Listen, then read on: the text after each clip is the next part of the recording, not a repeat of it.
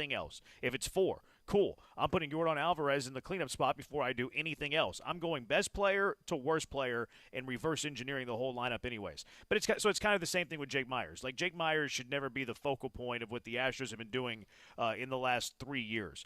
But they have not done right by Jake Myers. Go back to the injury. Like, you can't avoid that. Like, the injury is the injury. That's just unlucky. It was a playoff game, going to the wall, trying to make a good play. Unfortunate. You wish it never happened. It happened. No one's to blame for that. But the next year, remember how they rushed him back? And remember Dusty Baker was like, man, he's not ready. And we just thought it was Dusty being Dusty, but Dusty ended up being right. Like, that was the first example of treating him – not that they did it intentionally, not because they were doing it treating him poorly intentionally, like they were trying to add him to the team. But that was the first example of decisions the Astros have made that have been consequential for Jake Myers having success again. Yeah, and I'm trying to think about, was there any reason like to rush him back, because there was Not still really. depth on the entire roster, right? I that's what I was thinking. There wasn't any real sense of urgency and immediacy that you have to get him back, like you were missing out on what you didn't have when he was out of the lineup. He was a nice story, and he had played well until he got hurt, but I didn't think that there was any kind of urgency to have him back that quickly. The only thing I can remember was he was James Click's baby. Remember the story where it's like you have to be willing to get fired for this guy, and he's like, okay, I will. And it was him. It was him. So I think that was the biggest reason that they rushed him back, was like, it's James Click. This is his darling, and he's trying to get him back into the lineup because it's the guy that he stood on the table for, which, you can kind of you get it. Now, hindsight being 2020, and in retrospect, not really a good decision. Then you look at last year. Well, remember too. Excuse me, real quick. Remember now, Click was the one that started the whole center fielder of the future. Oh, for sure. Every time Myers came up, it was center fielder of the future. Well, he also traded Straw. Remember, he traded Straw at the deadline for Jake Myers to get the call, and then Chaz was involved there too, because Jazz was outperforming Miles Straw, and Dusty refused to bench Straw and play Chaz more. But that was part of that equation too. Last year, I don't think the Astros really treated him well. You had Michael Brantley getting hurt, and he still couldn't get consistent playing time. Corey Julks was playing just as much as Jake Myers. Like, is that the right thing to do? I would argue that no, not really. Like, their offensive numbers are very similar. Jake's slightly better, actually. And then Jake plays center field at a good to, really good level, whereas Julks is a corner outfielder. So the fact that Myers didn't get consistent playing time when you had an injury to Michael Brantley, another example of not doing what is right for Jake Myers. Yeah, no, you're right. And it's, again, where you can be somebody's darling and the next person's odd man out is simply just a change in any kind of leadership or in this case, like a general manager. I think that, exit Click and exit all thoughts, and maybe with a little bit – some people might have even gotten a little bit rubbed the wrong way when you talk about whether it be Dusty or others that were like, hey, this was a guy that was handpicked to be the center fielder of the future when we didn't see enough of him. And the minute that Click exited, I think all of that talk and all of that kind of the idea that he should be out there consistently changed. And for him personally, that had to be a huge struggle to have to deal with, because you had to be jacked up and excited when you figured out that there was a GM that believed in him and was seeing big thoughts for him for the future. And then all of a sudden, they're not there anymore. And obviously his health goes with that, and there was a lot that you and I have talked about in terms of offensively and defensively, how he changed and how he took steps back because of what he had been through. But that had to be really tough for him to deal with mentally, to know that, hey, I might not be in the favor of the new guy like I was the old guy. Yeah, and I'm not saying that they should have ever had preferential treatment to Jake Myers. This is more of collateral damage of an injury, and then maybe having a manager that didn't love Jake Myers, like rushing him back wasn't even Dusty's call. That was more Click's call. Dusty was not in favor of that, and I think that we saw that, and I think it affected his confidence too, which stinks. Last year, not getting the consistent playing time, even with the Brantley being hurt, like there was that 3-man rotation for a while. Remember, Yep. Corey Julks, Jake Myers, and Chas McCormick. You had 2 spots to fill, and those 3 guys were like rotating who got the day off. And Dre asked on Twitch, well, who should have Jake Myers gotten preferential treatment over? I love Corey Julks, go Cougs, but probably Corey Julks. Jake Myers Yep. was a 227 hitter. Julks was 245, so okay, advantage Julks there. But Myers was a 296 on base. Julks was a 297. That's a wash. And Jake Myers actually slugged better, 382 to 352. Their OPS plus 86 for Jake Myers, 79 for Corey Julks. And that's not even factoring in that Myers plays an above average to good to really good center field, depending on who you ask. And Julks is a left fielder. Yeah, and look, I didn't say you said that. I understood that. I just think that that's the way business goes. That's the way sports goes. That all of a sudden, there are favorites played, and things can change in a heartbeat when changes are made. And to me, what I saw was a guy that might have been affected, and we talk about how Yiner's game was affected when he wasn't consistently in the lineup, and a lot of guys go through that. I think it had to be tough for Jake Myers, no matter how healthy he was at the time, that he knew that he was pressing because there was so much added to his plate in terms of expectations or have to prove it again when he tried to come back. And maybe that was a reason why he didn't look the same and he didn't play the same, as well as trying to still recover from those injuries. I don't know what you guys would think of this opinion, but it feels like, and not that you guys are in this camp, but it feels like the people who are still backing Jake Myers and the idea that he can be this plus starter for the Houston Astros are kind of still falling prey to this false potential that he maybe had 3 seasons ago. I mean, what everyone points to, the 2021 season, I mean, he was good. I mean, 162 game pace of 20 home runs and 93 RBI. That'd be great. I would take that obviously right now without question. But it was 146 at bats. I mean, it was 146 at bats in 2021, and since then he hasn't been good. He's going to turn 28 in the middle of the summer, which by this point you're at your physical peak, or maybe even on the way down from your physical peak, which pretty much already know who you are. I don't think there's going to be some drastic change from what Jake Myers has produced. I think if he had a higher level, he would have shown it by now. You know how I feel. I don't have any confidence. Look, how he's treated and what I expect of him are two different things. And the case can be made because of the things we've discussed in terms of just the change in general manager and other things, and Dusty versus Joe Espada versus, however the situation played itself out with a platoon. I just don't believe in Jake Myers as my everyday center fielder. And I know that we've gone back and forth a couple times before on this. He's an above-average center fielder, fine. I don't like what I've seen, and I hope I'm wrong, but I don't like what I've seen from him offensively. I don't think he's ever going to be like a plus hitter. He's not going to be that guy. He's a defensive-minded center fielder. I think he's a poor man's Kevin Kiermaier. And can you get away with having that? Can you get away with having good defensive center fielder, not a very good offensive player, with what you have on this team? I think that you can. Center field to me, that's a position where you can do that. I'm cool having a defensive-minded center fielder if he's going to play a high level of defense in center field relative to the rest of the league. Let's say he's top 5, top 10 defensively, and then offensively he's better than Martin Maldonado. I think that that's good enough for this team. Is it what we want? No. We would love Chas McCormick to be able to be the everyday center fielder, and they signed Jorge Soler. But from what they have with this roster, I'm fine letting Jake Myers fail. And if he fails, okay, well, you trade for a left-handed bat at the deadline. He's your new left fielder. Chas McCormick's your new center fielder. And you can find left-handed bats at the deadline. It's one of the easier things to do. An expiring contract that can hit a little bit in the corner outfield spot. So I'm okay for this 3-4 month experiment to try to finally get our answer if Jake Myers is the guy. And I think he can hold his own more defensively than offensively. I think he's a better than an average, replacement level player. I think he's more of a fourth outfielder, quite frankly. I think he's a platoon outfielder. I think you should start against lefties, be a defensive replacement in center field, and that's why I wanted a left-handed bat. I wanted a left-handed bat that would be my starting left fielder. Chas plays center, and then whenever you have a lefty on the mound, you sit the left-handed bat, you play Jake in center field, and there you go. So that's where I'm at on that. Yeah, no, you're not alone.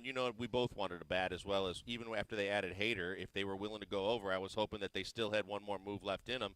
That would have been great. Like I said, I hope I'm wrong on Jake offensively, but it is the luxury of having a lineup that's as talented as this lineup seems to be, that unless guys take serious steps back, you have some leeway here to figure out truly once and for all who he is and what he can be for you before you have to consider if he has to, figure out if you have to figure out if he has to do that for somebody else. So that's one of my favorite storylines. My bad. No, yeah, I that's why I told you yeah. from the jump, I'm watching center field because I prefer to have Chaz in center field. But if you want to use spring training into the first part of the season to figure out what Jake can be, so be it. I think where we agree, I think we feel a little differently on Jake. I don't feel like we're that far off on Jake, but like where we disagree is like his capability to be a starting center fielder, and then like how good he is defensively. You're probably more like pretty good. I'm probably more like really good. But I think where we share the same mindset is that you better have your answer before the trade deadline.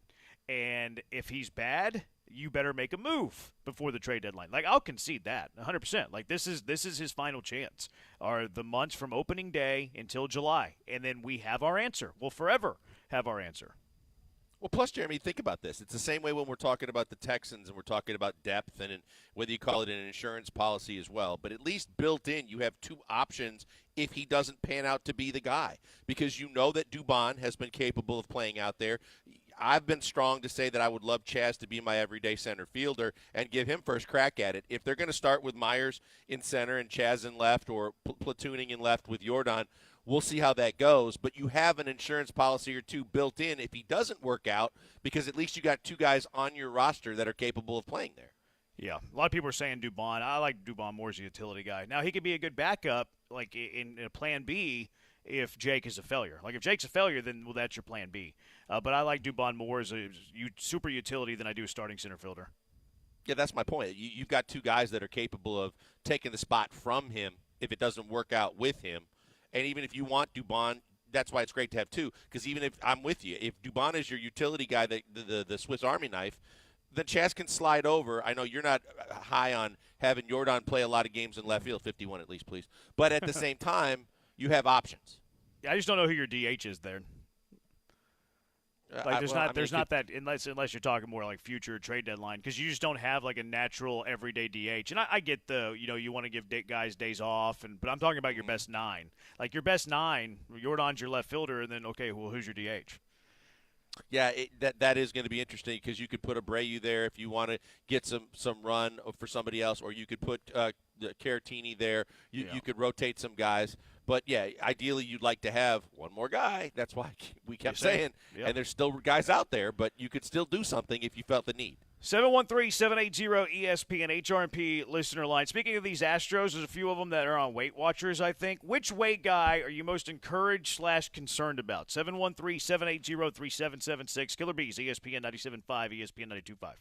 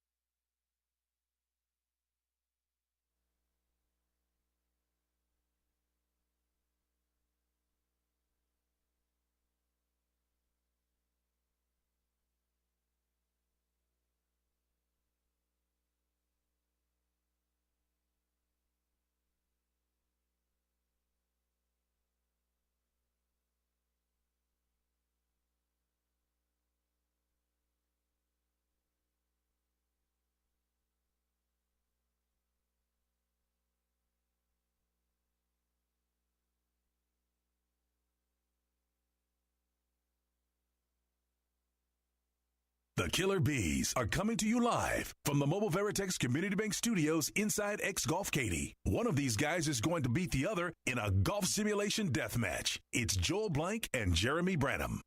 New features in the Weight Watchers app just dropped.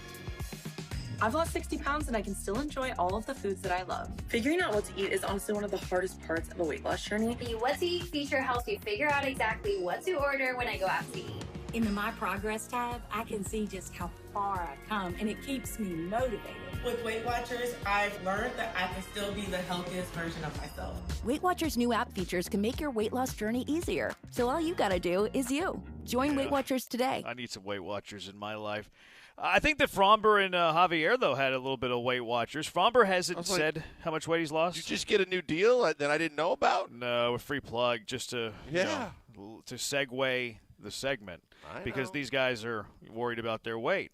Three guys apparently have lost some weight. We don't know how much. Jordan says that he was he conditioned a little bit more and then he ate better. So Jordan looks a little slimmer, and he does. He does look a little bit slimmer. He trimmed up a little bit, which I think is because he wants to play more in the field, which I do not like. Yes. But Jordan trimmed up a little bit. That's cool. That's neat. Christian Javier is down 10 to 15 pounds. He said that he thinks it impacted his mechanics a little bit last year. That's why you saw his numbers go the wrong way on the mound. He said that he was having some mechanical issues, and he feels because he was a little bit overweight that it led to those mechanical issues. So hopefully he's figured that out by going on Weight Watchers and losing a little bit of weight. You were all over that, by the way. Credit to you. He was a little chunky. He's a little chunky, just a little bit. And the thing where I thought it mattered though wasn't so much the mechanics, although hearing him say that I can totally understand where he's coming from.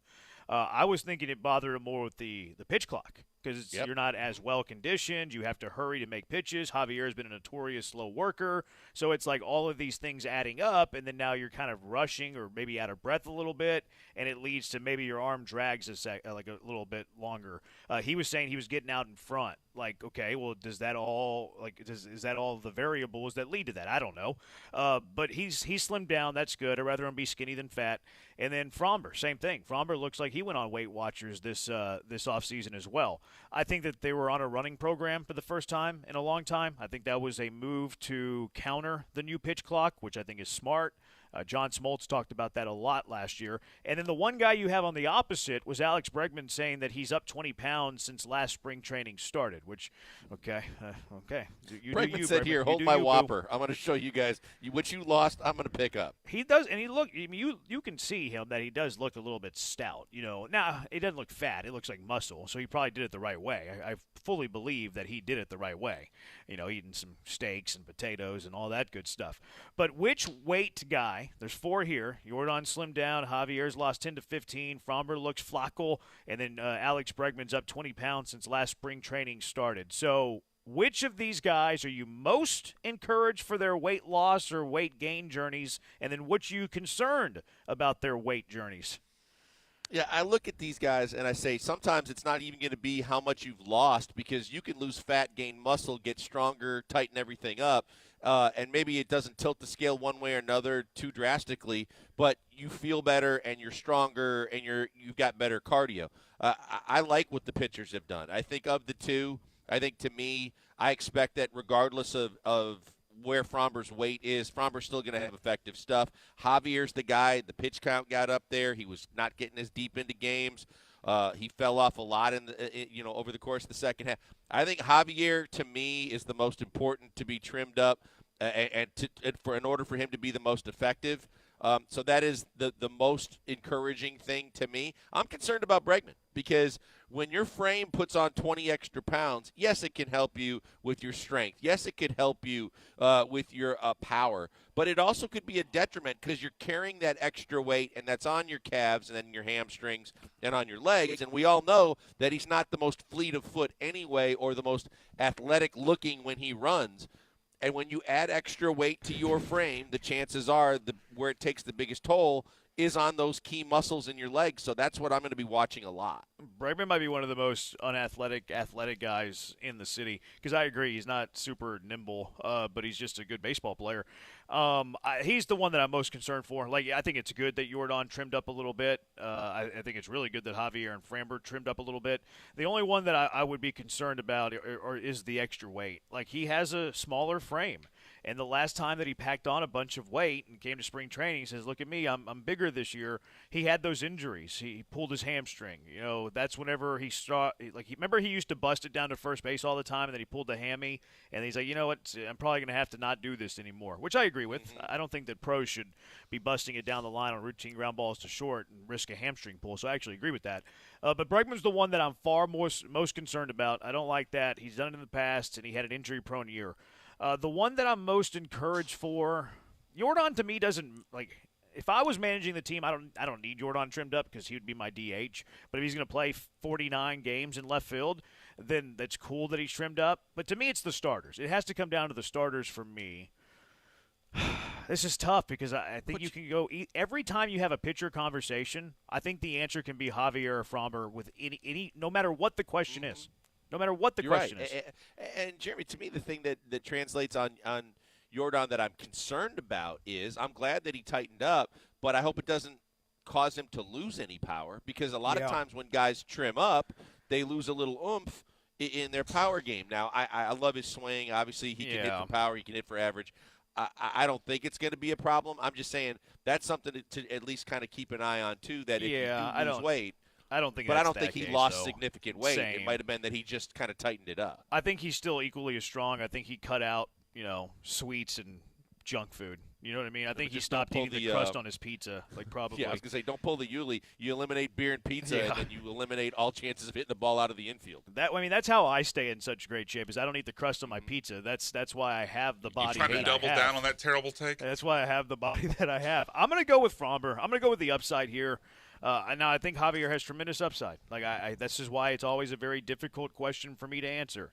But Framber has had higher finishes in Cy Youngs and has had more really productive seasons.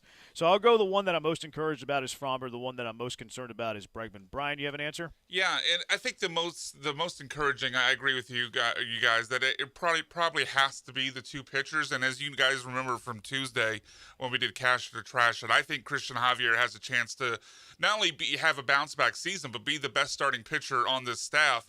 And look, a lot of the questions we were talking about on Tuesday was like, okay, maybe the not having the World Baseball Classic, a little bit shorter of an off season, maybe that helps him get some velocity back because he's not as tired. But if you factor in this too with the weight and the weight loss and what he talked about it with messing with his mechanics, because not only was his fastball down a couple miles per hour, we saw too often that fastball that he would throw at the top of the zone would drift down just a tad, and so on top of it being in the wrong location, it was slower and guys were crushing it. So if he gets a couple extra miles per hour back on his fastball, he locates it better, then I think he could be just as nasty as he was in 2022. The other thing, though, just quickly on Framber, I'm not really concerned so much about his mechanics or anything like that, but the thing that we all, I think, dread when Framber pitches, when anytime there's a ground ball in the infield that he tries to play, maybe if he loses a little bit of weight, maybe he becomes a slightly better defender. We have less throwing errors during games he starts. So I will take that as a possible optimistic outcome of his weight loss. He was trash defensively. He's so bad. Yeah, I think that's more to do with the brain weight in between his ears because I think it's a mental thing. I'm just hopeful. I'm grasping at straws, but I'm hopeful that might have a little bit of a positive outcome. The Twitchers are saying that you're too loud, Brian. That your levels are too high. I'm not there to look at the meter or the dBs, but they're saying that you're too loud. I'll try to keep in check, and maybe I just got too excited about Christian Javier. You got a little excited when you started talking about Christian Javier. I didn't notice it, but the Twitchers did. Maybe the terrestrial radio guys. Maybe they just don't like the sound of my voice, and they just want me to mute myself. Maybe they might. Sometimes they do say that too. But I think we'll find that out. We'll find out during mean tweets. I think today they actually meant that you were actually literally too loud. 713-780-3776. Eric says a lot of Bregman and Tucker extension talk, but Framber is coming up too. What are you paying him? I'm not. I'm letting him go. Yeah, I mean, I think you and I have had this conversation previously. It's going to be real interesting because I totally believe that Tucker and Fromber are going to finish out these contracts, and they're probably going to be playing elsewhere. And I think it's going to be very similar to what we're dealing with Bregman. And it depends a lot on where the rest of the team is. I don't foresee them trading either guy, but I see them as kind of falling in line with the rest of the bigger names that have been here, that at a certain point when they price themselves out or think that they have too high of a value, they're going to find themselves finding those offers and opportunities at that price somewhere else. 713-780-3776. You make the call right now. Would you take second half of last year Jose Abreu for the full 2024? 713-780-3776. Killer Bees, ESPN 97.5 and ESPN 92.5. Guys, another big weekend, another chance for you to get on MyBookie.ag. I always tell you about MyBookie.ag because it's the best place to put money down when you want to make a sporting event more interesting. There's lots going on this weekend still with the golf in Mexico. You've got all the different NBA and college basketball games, including a big one in Waco tomorrow.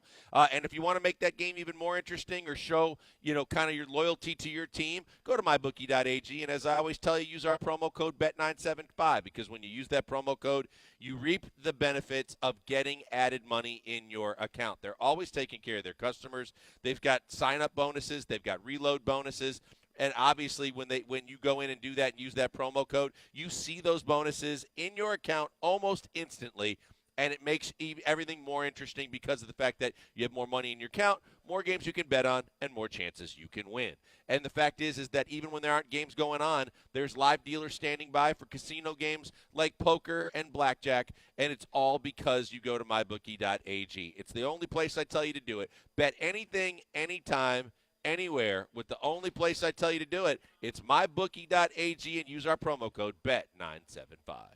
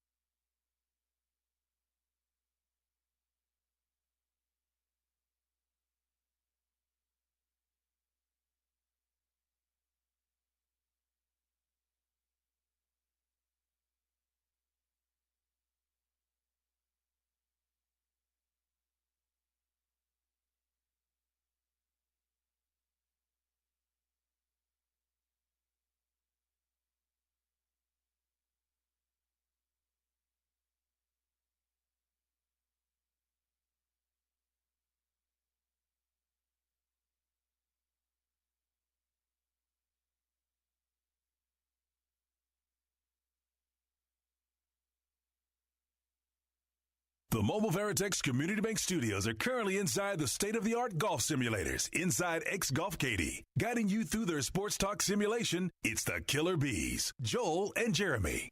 X Golf is great. Great spot in Katy. The most accurate golf simulators you can find. Full food, full bar, great spot. Get the bays out there if you can beat that 15 under. What are they giving away if you beat the 15 under?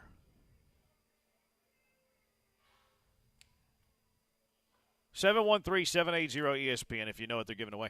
Would you be okay with second half Jose Abreu for the Astros this year? 713-780-3776. We'll get to that in one moment. AR Platinum says as long as nobody shows up looking like Fat Boy Carlos Lee, I think we're good. It's a good call. Carlos Lee was a big boy. Carlos Lee, underrated. Underrated as a Houston Astro. You know, people look at Carlos Lee like he was awful. And he was overpaid, and the Astros, you know, kind of went downhill as a team after they brought in Carlos Lee. Carlos Lee, underrated baseball player. First time with the Astros. 0002, you know how swole now CC Sabathia. He said he was much better being fat. What say you? A different era. Like CC Sabathia didn't have to worry about the pitch clock. David Wells didn't have to worry about the pitch clock. I think now that you have a pitch clock, you can't be a fat pitcher anymore. I think you could get away being a fat pitcher before the pitch clock. I don't think you can get away with being a fat pitcher now that there is a pitch clock. I think we're having some technical issues. I will effort to get Joel back here from X Golf Katie, but I agree with you. It's not necessarily that you can't have fat pitchers. It's just a completely different era. Like not everything that works in one era works in another era. The pitch clock has certainly changed things. I don't know. I don't think you can be a fat pitcher anymore. I really don't. And I don't mean to fat shame, and I'm fat. But, like, who is the fattest pitcher that still has success? Like, Alek Manoah was kind of big. He was awful last year. I think Fromber was a couple of pounds overweight. He did not have a good second half. Same thing with Javier. Like, who is the – and I think you might be able to get away with this in relief because, like, it's one inning, you know. But who's a big starter that had success last year? I can't think of any off the top of my head. A big starter as in, like, a position player? No, I'm talking about pitcher. I'm talking about specifically a pitcher. I just jumped back in. I think that I think you and I have had the conversation in the past, like the entire pitching philosophy and the pitching regiment changed with the pitch clock because Bartolo Colon pitched into his 40s at nearly maybe not 3 bills, but he was a very, very large individual. Yeah, and he didn't need to worry about it because, you know, in all my years pitching all the way through college and beyond, you had to run the poles, you had to run the from in the outfield prior to practices, you had to run a mile to start practice, 3 miles after practice, because they all believed that part of pitching and the art of pitching correctly was having the cardio and the leg strength to do those things. And I think because there wasn't a pitch clock, a lot of veterans get fat and happy. A lot of it has to do with your contract as well. But guys were like, look, as long as I'm throwing strikes and I'm effective, it's not like I'm running the bases or doing things that make it necessary for me to be in the best shape of my life. And it started to wane. And now because of the pitch clock, I think the philosophical way that you approach the art of pitching has changed. Yeah, I don't think that you can be a fat starting pitcher and be very – like every now and then it's going to happen. But, like, the days of just having a bunch of overweight starters that were still good, I think, are gone. 8924, Yuli got worse when he leaned up. Yuli didn't get worse because he leaned up. Yuli got worse because he got old. That's why Yuli got worse. Joe Coolnell will be as fat as he wants, and you'll have to deal with it. Well, you know, he's probably not going to have to see him in the big leagues. He's a 4A pitcher, so I'm not going to have to deal with it. He's going to have to deal with me watching him on TV in a big league game. Now, Jeremy, do you think that changes a bit when you get to the bullpen as opposed to starters? Yes. You still have the pitch clock, but it's for a much more condensed, shorter period of time as opposed to a starter who you're looking to get 5-6 innings out of. I 100% agree with you. I think that you can do it in a burst. I think you can get 3 outs. I think it's about going deeper into games. I completely agree. 1970, best fat hitter of all time, Tony Gwynn. Late in his career, Tony Gwynn wasn't fat first half of his career though. Like he was pretty. No, Tony Gwynn was a point guard at San Diego State too, and a damn good one. He came into the league in really good shape, and maybe he did get a little comfortable late in his career. But the bottom line was he could rake. Jose Abreu last year in the second half of the season, after the All-Star break, he played in 54 games. Remember he had that little stint in the IL. He had 11 home runs in 54 games. Like you do the math on that, you're flirting with 30 home runs. If you pace it out for 162 games. He had 238. He had a 313 on base. He had a 447 slugging. Doing the math on that, that is a 760 OPS. So would you take a Jose Abreu for the entire 2024, or is this a major disappointment, where you have a 760 OPS Jose Abreu and he's hitting 11 homer and 54 game pace. Let's just say that, rounded up to 25, 30 home runs. Would you take that? I mean, 30 home runs sounds like a ton for Jose Abreu. Would really you take does. second half Jose Abreu? I mean, you could split hairs on some of the other stuff, but if you're giving me 30 home runs and a better than average OPS, and you're telling me that's what you're getting to contribute to the rest of this lineup, I'll take it all day, every day, because of the fact that we had questions, with the 3-year deal and the amount of money that he signed for. But for this lineup this year, with what's needed out of him, so that the offense can be where we expect them to be, I'll take it, and I'll basically run away from it going, I'm good. Let's worry about other positions now, because if that's what I'm getting out of him, we got excited when we didn't really buy in at first to, was there really a back issue? Was this just a whole lot of, hey, get a chance to kind of step away a little bit, settle down mentally and physically, and figure out how you fit in?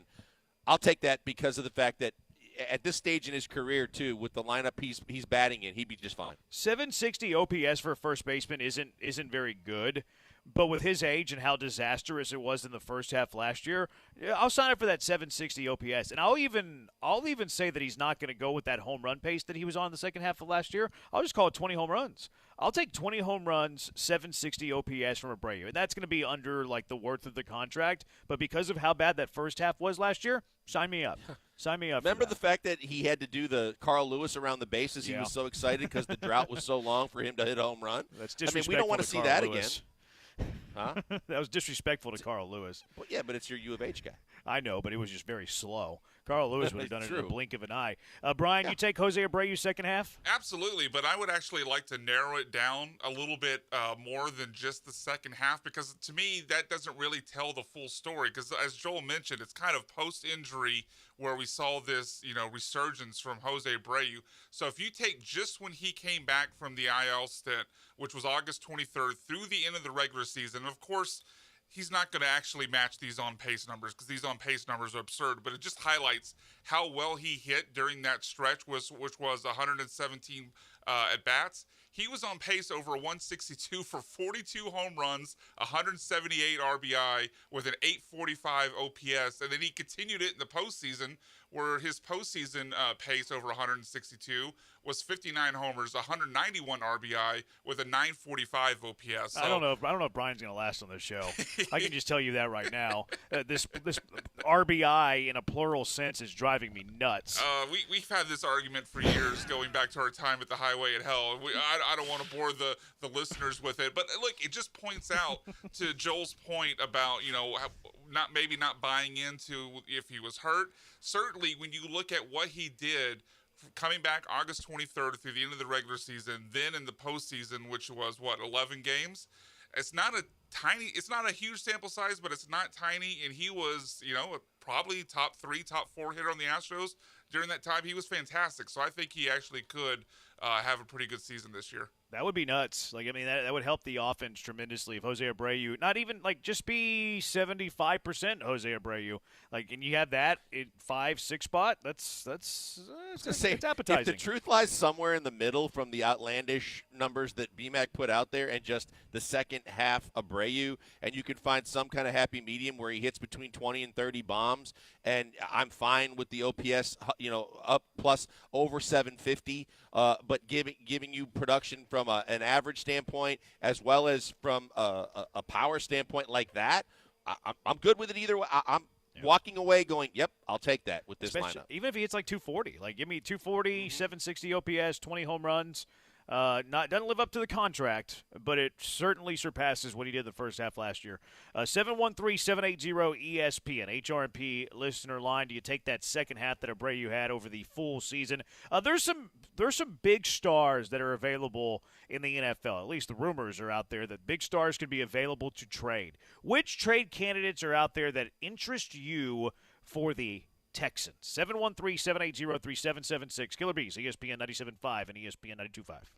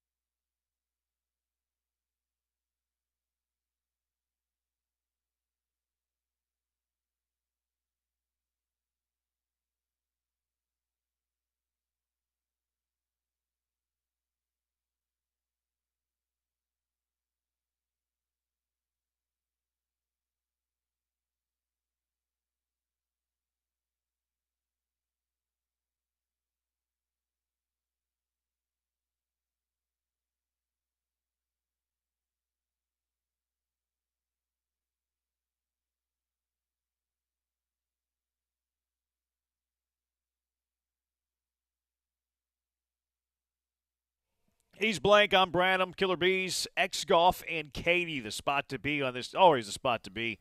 But ESPN 97.5 broadcasting there all afternoon. Stop by, say hello, get some swings in, take a couple of your buddies, try to beat that 15 under in that three-man scramble, have some drinks, have a bite. X Golf, great spot to hang out all the time. 713-780-ESPN. So there's a lot of big names that are rumored to be involved in trades in the NFL, and we see this more often now than we did 10 years ago. Big names get traded now in the NFL. Already a couple of people texting in some names that they like, 713-780-3776, 7584 Justin Jefferson. I've heard 2 firsts and a second. No-brainer for me. Not sure if the rumors were legitimate or not, though. We've seen this because, what are they doing at quarterback? There's a little bit of there's a little bit of unknown there, at least from the outside. Do they bring back Cousins? How much are they willing to pay Cousins? If they don't bring back Cousins, is Justin Jefferson going to be mad? What does his contract situation look like? So there's some uncertainty there. When there's uncertainty, it's like, okay, maybe he'll be on the move. Would you give 2 firsts and a second for Justin Jefferson? Yeah, I might. This has come up when Joe and I were when you were out a couple weeks ago, and we were talking about potential Christian McCaffrey type trades. If you want to model yourself after a conversation you and I had and Joe about, would you rather be the Chiefs or the Niners?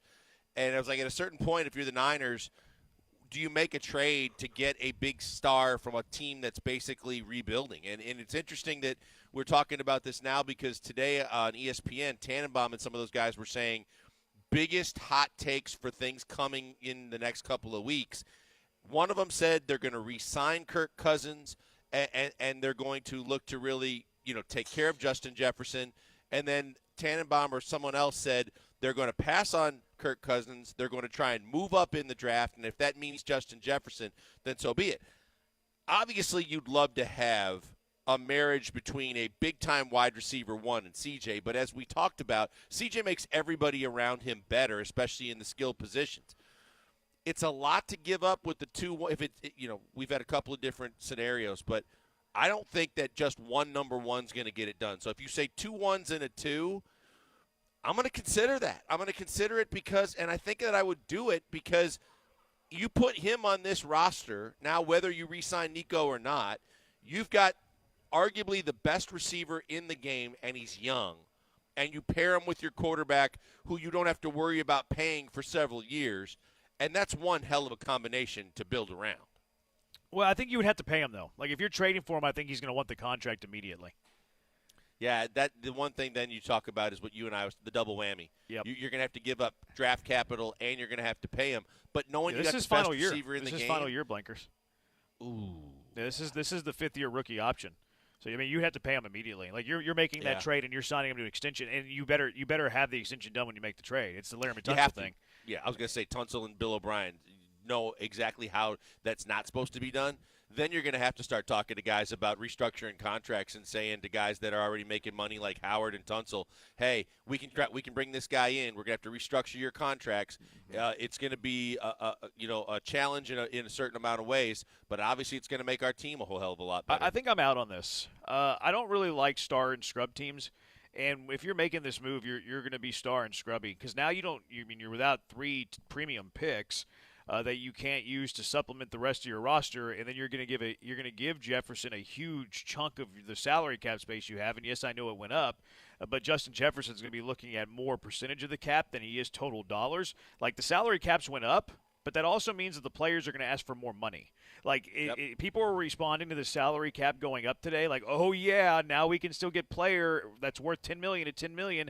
No, the cap went up, and these agents are going to account for that. And a lot of times the agents aren't even looking for the dollar value; they're looking at the percentage of the cap. So, don't get it twisted. Just because the cap went up doesn't mean that you're still going to get the players at the value you thought. Their price also went up, especially for a star, especially for the best, arguably the best receiver in the NFL. Some might argue that Jamar Chase is up there, that maybe Tyreek is up there. Devontae Adams probably wouldn't be arguing that anymore. Maybe you did a couple of years ago. But I don't like the double whammy. If he was in free agency and you're going to give him top dollar, that's one thing. But it's another thing to give up 2 firsts and a second and then pay him premium top dollar. That's the double whammy that I try to avoid. I would be out on Justin Jefferson. And I know that's not a popular opinion because the thought of Justin Jefferson with Nico Collins, Tank Dell, and then C.J. Stroud is very, very sexy. But these dream teams that look great on paper usually don't pan out. And the reason they usually don't is because we value skill positions and like known players more than we value like the trenches and where games can be won and lost. And if you listen to D'Amico after the season, where do you need to improve? In the trenches. So I would be out on this as much as it pains me to say. The big thing is you just enter a different phase in terms of, as an organization, you're probably going to be cap challenged every year going forward too, because of the fact that you look at teams like the Dolphins when they got Tyreek Hill and they double whammied, they gave up a bunch and they signed him. Yeah, their offense was still potent, but and they tried to add on defense too, and they were in full go for it mode. But at the end of the season, they start realizing there's a whole lot of guys we're going to have to say goodbye to and become cap casualties because of the fact that from year to year, with guys getting into the extensions and the back part of their contracts when the money goes up, the general manager and the capologist have a whole lot more to deal with. And I think part of these trades too that we don't give enough credence to is not only are you trading the draft picks, but then whenever you give the money, now you're losing out on the opportunity to bring in other free agents. So you're not just losing the 2 first and a second. Now you're looking at maybe you're losing, like we've talked about, you think we have 10 holes to fill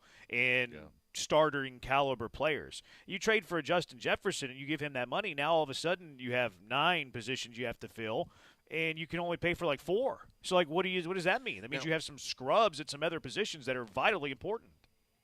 Now, let me ask you this, because of the fact that he's in the last year of his deal, and we always talk about the fact that the price tag goes way down when you know it's expiring.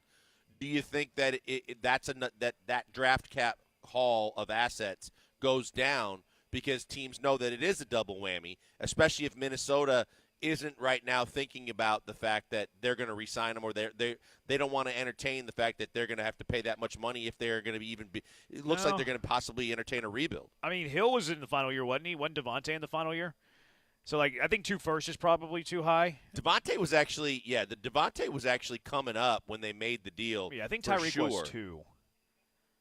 I thought Tyreek might have had a year left.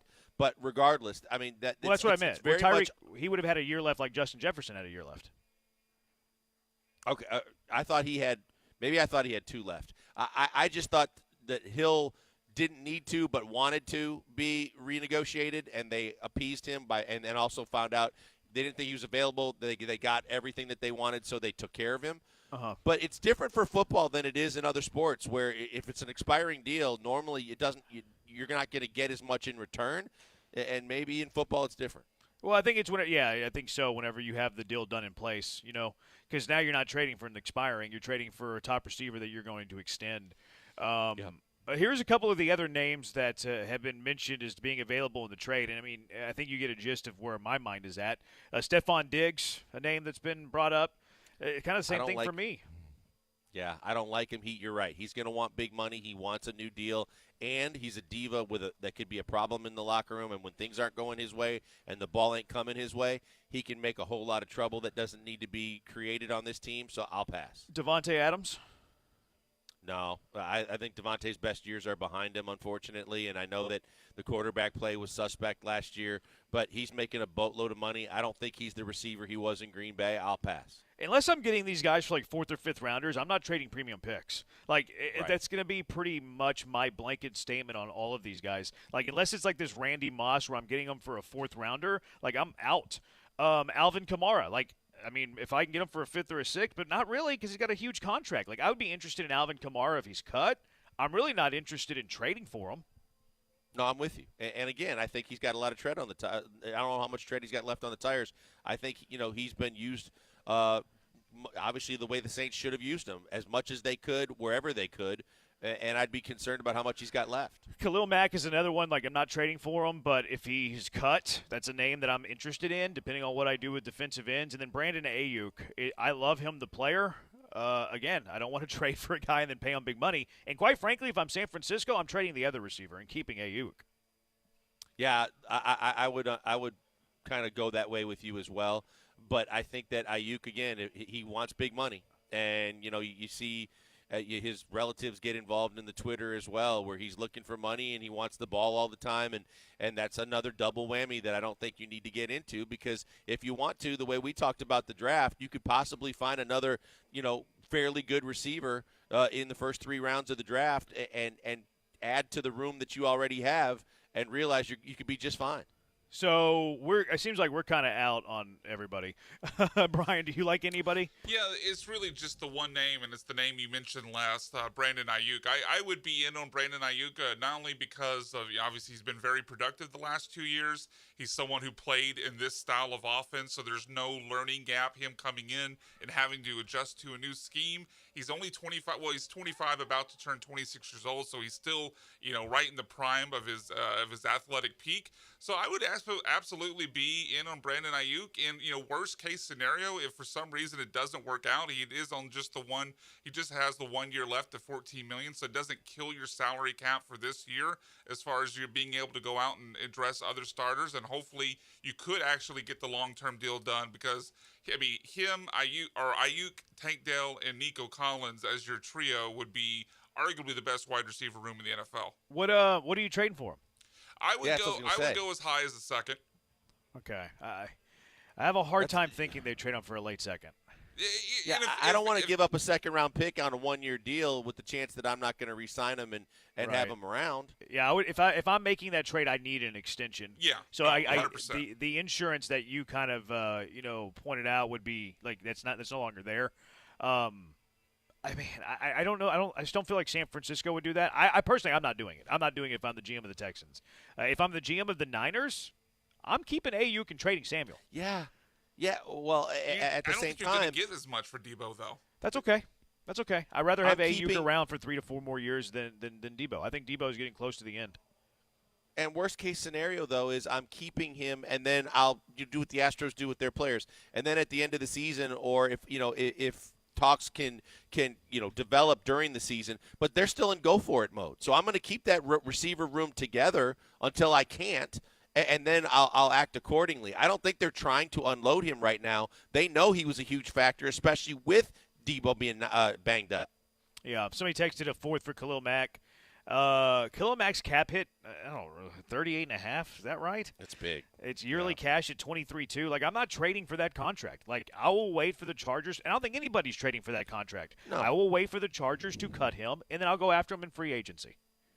It's like you and I were talking about the other day. The fact is where I think that the Texans, where they can prosper the most and benefit, is going to be all the cap casualties, because you continually are seeing guys. Pittsburgh's cutting their center. Miami's cutting another defensive lineman. You're going to find a situation where these guys have gotten the first couple years of a deal where they've gotten really handsomely paid too.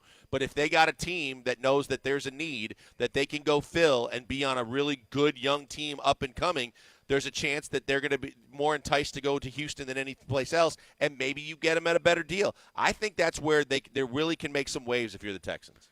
This guy says T. Higgins, instead of paying, to trade and then pay, why not go after T. Higgins as a free agent? It looks like Cincinnati's going to tag him at the very minimum. And I even heard that they're going to try to get him on a multi-year contract extension. He's not going to leave Cincinnati this year.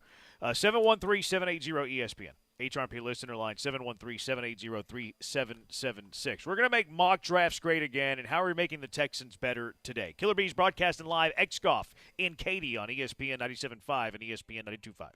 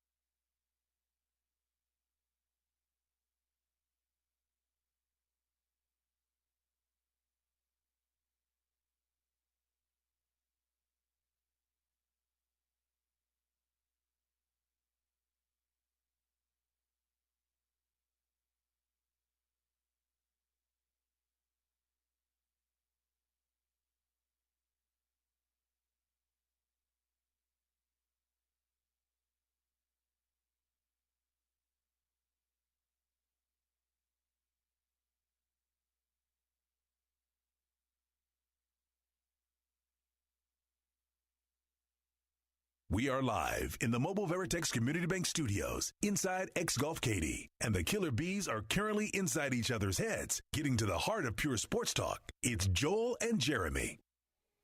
He's Blake. I'm Branham. We are the Killer Bees, ESPN 97.5, ESPN 92.5. Killer Bees broadcasting live. X-Golf in Katy, the best, the most realist, the most accurate golf simulation that exists. And they have great food and they have great drink. Always a great time. I understand Chewy's out there. Great to have the listeners Jeremy, come out. I'm just going to give you a Chewy update right now. Chewy has his headsets on and is laughing and is so loud that it's like bad golf etiquette. Every time someone's in their backswing, suddenly there's this female-like squeal that comes from the corner of the bar where Chewy is far too in-depth in his videos right now. It's like being at the Phoenix Open. It really, you're exactly right. Without the drunken stupors, yes, it is. Chewy's the crowd at the Phoenix Open. 713-780-ESPN. We're making mock drafts great again. We're going to be looking at the Athletics mock draft where they use every beat writer for every NFL team. So I have no idea who made the pick for the Houston Texans since they don't employ a Houston Texans beat writer. I like these drafts, though, because it's not one person doing it. Yeah, Kelly Ego made the pick. He made the pick. He drafted Jalen Green for the Rockets at number 23. He drafted Amin Thompson. Now he's double duty. So he's double dipping. He's gonna be the Athletics Texans beat writer as well. Is that for real? No. Oh, okay. You got me. You got me good because you deked me. It does have a name attached to the pick. I don't know this person, but apparently a man by the name of Mike Jones made the pick. I mean, should you be calling him a man in 2024? I think it's a safe bet. His name's Mike. I bet you it was probably somebody in the AFC South. Hey, we don't have a beat writer in Houston for the Texans, a playoff team, a champion in the AFC South, which is stupid business. We're just going to give some random person this pick. Anyways, yesterday we had the four options of Jared Verse, A.D. Mitchell, Troy Fatanu, and Amarius Mims. We post these at Jeremy Branham on Twitter, at ESPN 97.5. Jared Verse ran away with the vote yesterday. Not as much as we saw the day before with Murphy from Texas, but Jared Verse got 45.5% of the vote, beat A.D. Mitchell at 27, Fatano had 15, and Amarius Mims had 12. So Jared Verse is a popular pick. I also got heckled for having Jared Verse available at number 23, which I'm like, hey, bro, I didn't come up with these. I outsourced this. It wasn't your doing. Which is funny. We were all over it. We're like, this is a no-brainer. If he's there, when you pick, you take him. They don't realize that I outsource it. They think I'm coming up with these names, which is kind of fun. Like, I keep doing those mock drafts every day, too, and people don't realize that I'm not serious at all. I'm just trying to, like, make people, like, say mean things to me in the comments, and they keep doing it. Like, they keep firing me. They keep telling me I'm an idiot, and it's like, the joke's on you. It's an Easter egg for our listeners. But anyways, today we're looking at the Athletic mock draft with all the beat writers to see who the Houston Texans select at number 23, and they'll play our game. Caleb Williams goes number 1 to Chicago. Drake May, number 2 to Washington. Jaden Daniels goes 3rd to Atlanta. They did a trade with these beat writers. Falcons to number 3. Patriots trade down. Marvin Harrison's the pick at 4, and then Malik Neighbors at number 5 to the Chargers. And then Roma Denze, that talented trio of receivers at the top of the draft, goes number 6 to the Giants. Then a bunch of offensive tackles. J.J. McCarthy goes number 9 to Denver. They traded up, went quarterback. McCarthy's going to be very interesting whenever we eventually get to the draft, but also where everybody projects him to go. I think he's going to end up being in the top 10 pick. Like, just seeing this momentum and then hearing people talk about him. Do you really? And because everybody's so quarterback desperate, I think he's eventually going to land in the top 10. Yeah. So trades up? I think trades up could be possible. Yeah, probably more likely that, yeah. Because it's funny. It's like, well, Bowers was a guy that early on in these mocks was rumored to be up in the top 5 possibly, but in the top 10 for sure. Now he may be sliding. I don't think he gets up. I don't think McCarthy gets up that high, but I know that there are teams that are getting enamored with him. So we'll see how – it should be really interesting to see how that plays out. I mowed the grass this morning because it's now hot in Houston. And Daniel Jeremiah – I listened to I listened to 2 of this podcast. I listened to the one where he met with the media and just talked about the draft. And then I listened to the one that he had with Lance where they went through the mock and Lance was talking. And Daniel Jeremiah makes a really good point with Brock Bowers where it's like – or it just tied in general – where it's why would you draft a tight end very early in the draft and not really get cap savings for it. Because if he gets drafted like top 10, then he's being paid like $8 million. And if you go sign the best free agent tight end right now, it's going to be $10, $11 million tops. So his thought is that tight ends could slide in drafts because these teams want to draft premium positions where they can get cap savings, like quarterback. You sign a regular quarterback, it's 25, 30 million. You draft them if like 6th or 7th, it's 8 million. Same thing with receiver. Like how much do you have to pay for receiver versus getting them in the draft? You get that huge savings. Same thing with an offensive tackle. Huge savings when you have a rookie offensive tackle. You don't get that financial savings with a rookie tight end. It's a good point. If you look at the trend a year ago when there was pretty much a consensus that there were 3 tight ends that were studs that were worthy of being big-time players with Musgrave, with Myers, and with Washington from Georgia, and you look at how they slid and where they ended up going, there's some validity to that. Yeah, they that's right. Like because the highest one was who was drafted the highest of those? Was it Musgrave? It might have been. Yeah, it might have been Musgrave. Or was it Mayer? I can't remember. I think it was Musgrave. No, Mayer slid to the second. That's right, Raiders, early second. And then Laporta was a second. Kincaid was a late first. So, like, last year was a loaded tight end class. Like, maybe they didn't have the prospect of Brock Bowers. Like, Brock Bowers is probably the best of all those prospects. But all those guys are really good and were really good prospects, but they slide. And I think it's the financial aspect. I think it was a really good point. I hadn't ever thought about that. He enlightened me, that Daniel Jeremiah. And Lance Erline, the preeminent draft expert. All right, fast-forwarding – Brian Thomas goes to Buffalo. That'd be kind of scary. Kenyon Mitchell goes number 22 to Philly. I think that's too low for him. I think he goes higher. But now we get to the Houston Texans at number 23. Mike Jones, never heard of him before. He goes with Cooper DeJean, the corner from Iowa. We've talked about DeJean. If DeJean's the pick, we're all good with it, right? Yep. Yeah, I'd be fine with it. Look, I think the biggest reason why we're good with it is because we go back to what we always say, which is that probably gives you an indication that if they're going that direction, that Stevie Nelson walked out the door for the last time and they need to move on.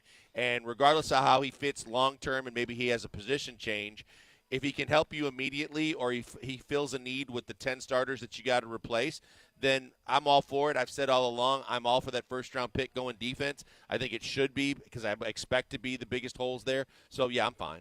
Yeah, I think we're all good with DeJean. So, number 24, Graham Barton, the center from Duke, always a very popular guy in Houston. Nate Wiggins goes 25 to Green Bay, the corner from Clemson. And then Chop Robinson, the defensive end from Penn State, goes number 26. So, we got our options here. Cooper DeJean, Graham Barton, Nate Wiggins, Chop Robinson. You can pick one of the 4 blankers. Who are you taking?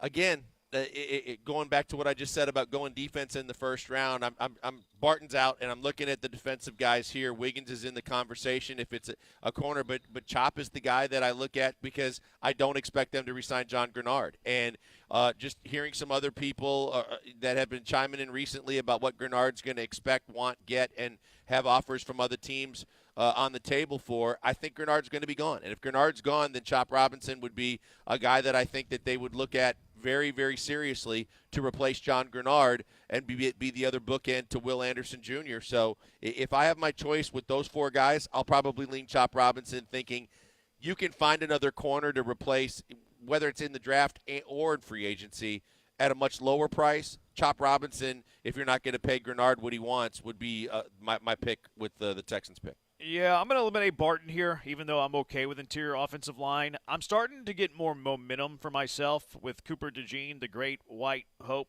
So I'm going to eliminate Nate Wiggins here, and it's going to come down to DeJean and Robinson for me.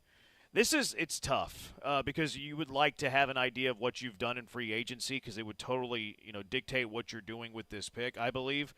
I'm going to go with the position that I think's more important. So I'll go I'll go Chop Robinson with a slight edge over Cooper DeJean, the great white hope. Unanimous between Blankers and I. Brian, do you have another option? No. Let's make it complete unanimous, and it's for the reasons you guys pretty much just gave. I would go Chop Robinson as well, but as long as it's not Graham Barton, I'm okay with any of these 4. I just think, like you said there, Jeremy, defensive end, pass rusher is the second most important position on a football team after quarterback. So, with fully expecting Jonathan Grenard to leave, I like the options at corner more than pass rusher as far as free agency and potentially in the second round of the draft. So, I would go ahead and get your other pass rusher opposite of Will Anderson, and I would make Chop Robinson the pick. All right, it's unanimous between the B's. Who are you picking? DeGene, Barton, Wiggins, Robinson, 713-780-3776, or you can vote at ESPN 97.5 at Jeremy Branham on Twitter as well. Who said it? Everybody's favorite game. Even that listener who says he doesn't like it, he's bluffing. He loves it. Who said it? Brian's going to give us 5 quotes that were said by ESPN 97.5 personalities, and then the Killer Bees guess who said it. That's next. ESPN 97.5, ESPN 92.5, broadcasting live from X-Golf in Katy. Hey, before we go to the break, tell you about my good friend Doc Linville. Doc Linville, best in the business at the NeoGraft procedure. He does a lot of great things that help people on a daily basis. He does Botox, spa treatments, plastic surgery. But the thing he's the absolute best at, in my opinion, although he's great at everything, is the NeoGraft, because I did the NeoGraft personally, and that's where I speak from experience. The NeoGraft is an absolute game changer because it's getting your hair back. It could be in the front on your hairline where your forehead's become an 8-head, or it could be that baboon's butt that's rearing its ugly head on yours at the back of your head. You get your hair back because it's real hair. It's your hair. It's not the sprays and the creams and the foams that mask the problem. It's actually taking your hair from an area genetically you're never going to lose it, the sides and the back, and putting some of that hair where you need it most in those problem spot areas that you've been dealing with. And the reviews are unbelievable. The results are fantastic. You see the follicles immediately, but in the 6 to 9 months it takes for those to be set and really kind of get stronger and longer, you are going to reap the benefits for the rest of your life. Absolutely a game changer. It was for me. And the biggest thing is that you as listeners to ESPN 97.5 get a consultation from Doc and his staff for free. It normally costs $150.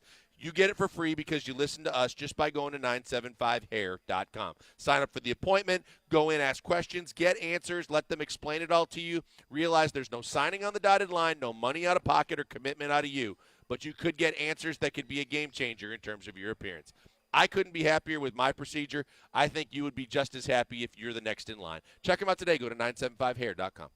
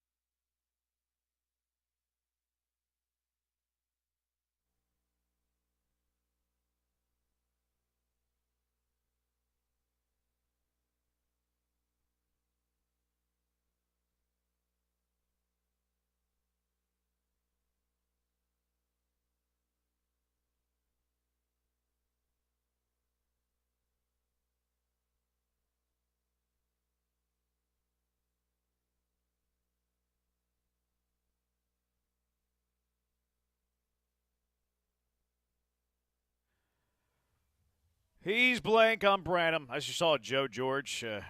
This rejoin reminded me. Joe, Stumpy Joe. It's not Stumpy Joe. It's Stumpy Brian, and it's more like Tree Mac, not B Mac.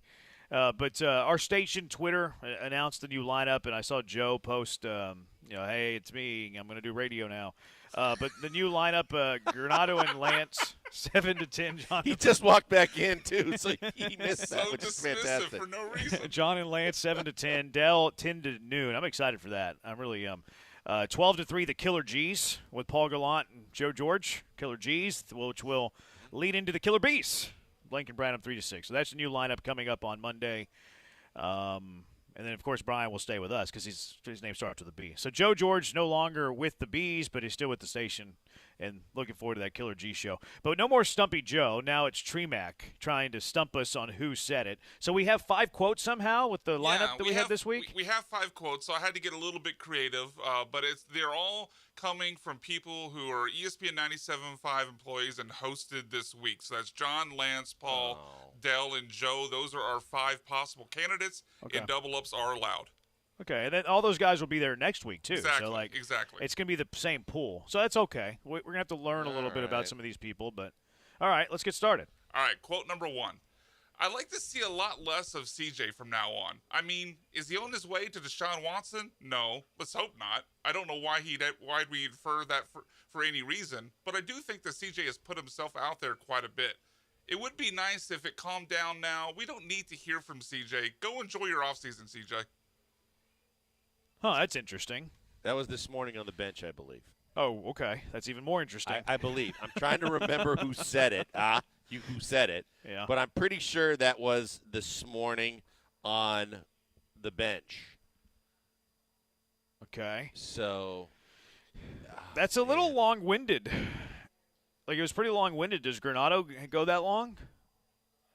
Without Lance jumping in? Now, BMAC, I have a technical question. Technically, is Dell's audio used from the bench as well as from his show? If I use Dell, it'll be from when he hosted as his Great own show. question. Great question. That was fantastic question. Can you say it one more time, Tree Mag? This will be the last time because I know it's a little long. The quote, yes. Yeah. I'd like to see a lot less of CJ from now on. I mean, is he on his way to Deshaun Watson? No, let's hope not. I don't know why we infer that for any reason, but I do think that CJ has put himself out there quite a bit. It would be nice if it calmed down now. We don't need to hear from CJ. CJ, go enjoy your offseason. If it had to be one of the bench guys, I think that's more Lance. Yeah. Like Lance getting a little, not rambly, but a little long-winded. Even when he was reading it, I was trying to remember, but I think I want to say that I was wondering if Lance was hosting, if John was off and it was Lance and Dell because they were going back and forth. So I'll lean that way with you as well. I'll go with Lance. Let's do it. I'd like to see a lot less of CJ from now on. Dang it. Is he on his way to Deshaun Watson? Oh, no. Man. Brian loved that one. Brian loved that one. So close. Dang. Yeah, Brian loves it, and I hate it when I just miss it. You scared me there, Joel, when you immediately said it was from the bench because obviously that was correct. Oh, wow. All right. Quote number 2. Like society now is, ooh, you need to put some clothes on. This is a cheerleader. I know I'm a cheerleader. We have a game today. I'm cheerleading. But at the same time, Ice Spice can put the whole cooter out there. Yikes. See, I don't know enough about, like, Dell going there yet, because I would go Paul. I don't think Dell would use the term cooter. I think this is probably I can see Lance saying it, too. I'm between Lance and Paul. Yeah, I'm with you. I don't think John would use that as well, and we just use John. Yeah, but Brian's tricky. I don't think Joe would go there. No. I don't think Joe would go there. I think you're right. I think it's between Lance and Paul. Paul did how many shows this week? 2? I think 2. I think he did Monday, 2. Tuesday. He did 2. I'm with you. Now, of the 2. I feel more Paul. Okay, let's go with it. All right, let's do it. Paul. Like society now is, ooh, oh, man. You need to put clothes on. Another one. I know, I'm cheerleader. We're right together. there. We have a game today. Man, we could have easily been. Yeah, Brian's we like, should oh, man, be that 2-0, sucks. and here we are 0-2. Joel's weekend has got off to a really bad start. No Brian's question. giving us pity. All right, so obviously you got to win. You got to get the rest of these to capture a Thanks, win. Brian. We didn't need your analytics no there. pressure, Joel. No pressure. Yeah. All right, quote number 3. When I see people in movies getting ready to get their fingers cut off, I just think, just tell them. Tell them what they need to know. I don't need a water board. I just need a shower that's too cold. Like, ooh, what do you want to know? What, do you not have a tankless water heater here? This sounds like Paul. It sounds like is that Paul? I think Paul's the only one really who would does. utter this. Yeah, I think you're right. Paul. All right, B-Mac. Give us a shot here. Paul. When I see people Oh, my in God. movies Oh, my God. getting ready to get their fingers cut off, No. I just think, just tell them. Brian's going to own us in this game. I have a bad feeling. We're never going to win again. we were rolling for the last couple weeks, and now because B-Mac's back and not Stumpy You Joe. know where Brian is good at this game, where Joe's not. Like Joe just melds it in, and like it gives us like he gives us like he gives us what we know the hosts are going to say or what they're capable of saying. Brian plays poker and chess with this. He knows what we're thinking, and then he goes with a counter move to it.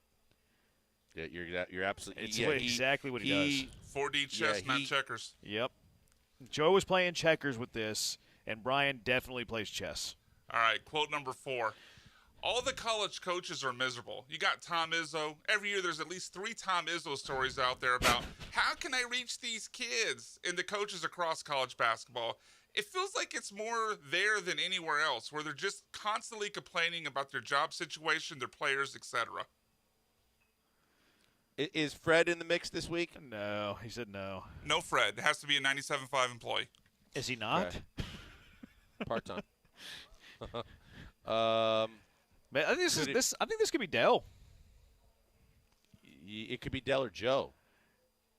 Oh yeah, I forgot about Joe. Yeah, it could be one of those two because they're more dialed into college.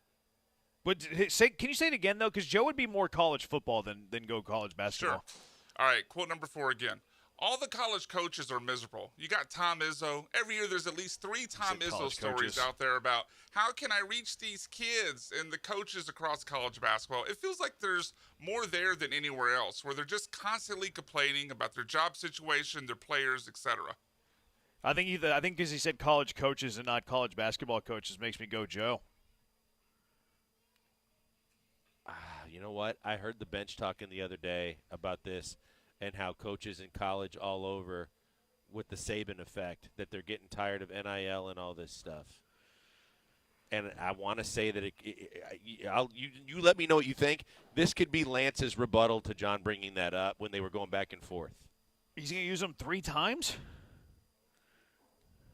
I mean, he's used them once, right? We guessed him and we're wrong. I've used Lance Brian, twice. so far, I've used you Lance have twice. used Lance twice? Yeah, I've All used right, John once and Lance twice. Okay, Let's then go you're Joe. yeah, then we'll take Lance. Let's go Joe. All right, let's go. Let's go Joe. Joe George. All the college coaches are miserable. Oh. You got Tom Izzo every Of year. course There's it was at least Paul. 3 Tom Izzo stories. Like, how can I reach these kids? And I thought Brian the tried how to can help I us reach too. these kids thing would He give it did. away. He tried to help us. Honestly, he felt I bad did. for us and tried to help us. Oof. I mean, Man. we already lost. Let's not get Quote shut 5. out. This is ugly. Can you This is avoid all the because we're not in shutouts? the same room. This is where this is all coming from. I'm blaming that. All right, quote number 5 to save some dignity. I saw anyone. This is referring to a movie. I saw Anyone But You, and that's an awful movie. But I get why they made that one. Just have her run around in a bikini in Australia. I understand why you make that movie, and that's appealing. You try to get 2 hot people, Glenn Powell and Sydney Sweeney, together and see if it works out chemistry-wise. Editor's note: it did it. That sounds like a Dell. Dell. Yep, Dell. First thing I thought of. I saw Anyone But You, and that's an awful there movie. You go. There we go. Thank But God. I get why they made that one. Yeah. Just have her running around in a bikini in Australia. I understand why you make that movie, and that's appealing. There we go. We saved dignity, as Brian said. Save some dignity. We saved some dignity. Just Yay, barely. us. Way to Not go. that we were like way off of all of them, but still, that makes it worse. No, you could have easily gone 3 for 5. Thanks, You Brian. guys were but 50-50 on those first 2. Yeah, we probably should have went 2 for 5, but we could have went 3 for 5. Probably should have. We missed 2 coin flips. We should have went 2 for 5. 713 No, but we got Dell at the end too, so we would have been 3 for 5. Well, I'm not giving us both coin flips. I'm giving us 1 coin flip. Well, I'm taking both of them and Dell and taking a win for the weekend. That's what I'm doing. We lost 2 50-50s. Like, you can only get 1. All right, 713-780-ESPN. Let's break the bank. 7 quarterbacks who could get extensions or new deals this offseason. How willing would we be to give these guys money? 713-780-3776. Killer Bees, ESPN 97.5 and ESPN 92.5.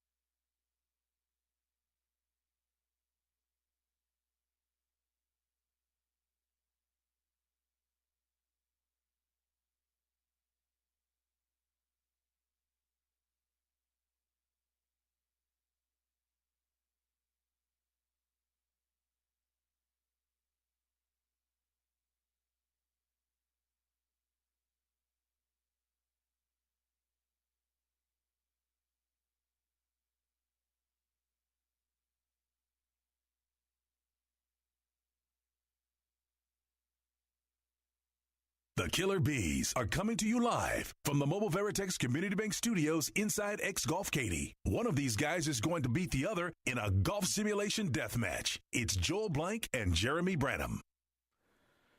$1 Million Man. Everybody's got a price for the $1 Million Man. 713-780-ESPN. So these 7 quarterbacks are going to get paid, more than likely, this offseason. How much would we be willing to break the bank on these quarterbacks, 1 to 10? We'll start with Dak Prescott, since people that listen to us like teams that are from Arlington. Breaking the bank on Dak Prescott, how willing would you be to do that if you're Jerry Jones? If I'm Jerry Jones, that's the key. For me, if I'm Jerry Jones, I'm not too keen on the fact that I have to break the bank to keep a guy that hasn't been able to do it at the most important time when I put all my eggs in that basket, and that's the playoffs, and trying to get where I promised us to get back to. I'm not too keen on that. I'm not too happy with that. I obviously don't like the fact that he was the first and foremost player to blame and point at with the way that they got their butts handed to them by the Packers at home. I think that he's in a very tough conundrum, though, because how do you get better? You've already got tons of salaries on your roster, and there's going to be more to pay. Parsons is coming up pretty soon here, I got to believe.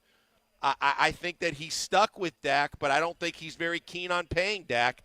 So I would say that on a scale of 1 to 10, he's probably at a 5 for how excited, or less for how excited he is to pay him, but he's going to end up paying him. Yeah, I'm probably about a 6. I think ultimately we're going to come down with kind of the same thought on all these quarterbacks. Like, there's really no choice. Like, you kind of have to bring these quarterbacks back. So I'm at a 6 with Dak. Like, he's good. Like, Dak's a good quarterback. There's questions if he's the best quarterback. I mean, well, there's not really that question. But there's questions of, can he win the big game? Can he get you to a Super Bowl? And I tend to say no, but I do think he's good. So you're a 5, I'm a 6. Brian, what do you give him?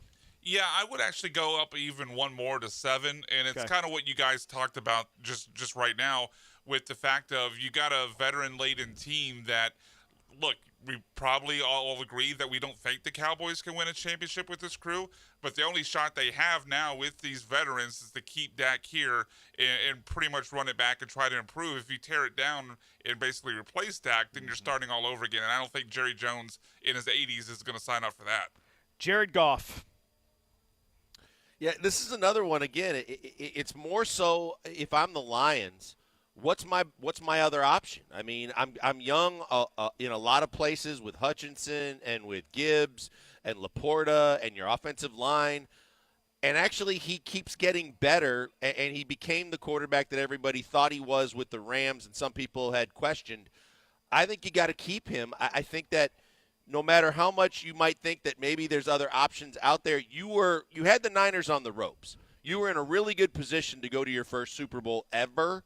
And so I think that this one goes up for me. I think that's probably an 8 for me, that the Lions think. I don't know that there's another option out there, and this is the guy that had us as close as we've been. I think they roll with him.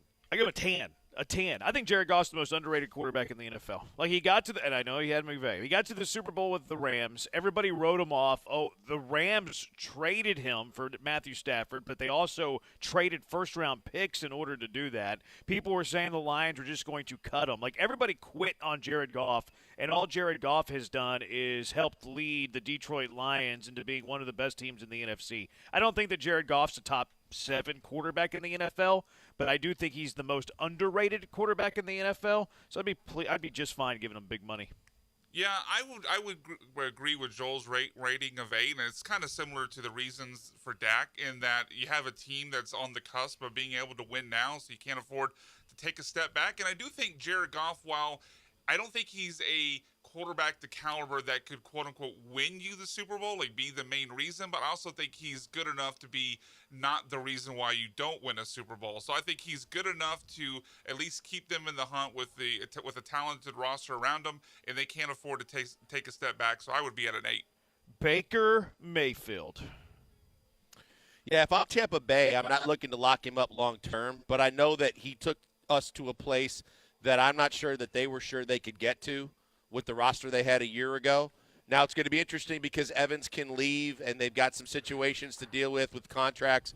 But the fact is the division is still extremely winnable, and he won it for you a year ago. And I think that there's a chance if you run it back with him, whether Evan stays or not, that you can do enough to try that you can short-term win again. So I think if I'm Tampa Bay, and again, I look at what my potential is to upgrade the position, yeah, you could go spend and try and chase a Cousins or guys like that, but I think if you'd be better suited to keep them around for at least another year and then worry about where you go from there. So I'm going to put that at an 8 as well and say that they will pay him on the short term. See, I agree with everything you said. I feel icky about paying Baker Mayfield. I'm like at a 3. I agree. Now, I do think you have to bring him back and all that, but I'm like at a 3 with me wanting to give a big contract for Baker. Brian? Yeah, I'm like at a 4. I don't think I'd want to bring back Baker. It's not that they don't have any cap space, but, I mean, you mentioned Mike Evans is a free agent. Devin White, the linebacker, is a free agent. And I just don't feel like this team is heading in the direction where you could see them being a few moves and a good offseason away from being a true title contender. I kind of think last year was a fluke, and I would be probably looking at putting my team towards a rebuild more than I would be bringing everyone back and try to run this crew back and think you can actually get to the next level. Yeah, I think last year was kind of like the last year of that little window that they built around Brady, and then Baker was like the guy that kind of kept it together for one more run. Kirk Cousins. Yeah, this is an interesting one for me. I just think that Minnesota has to figure out what they want to do. Do they want to rebuild?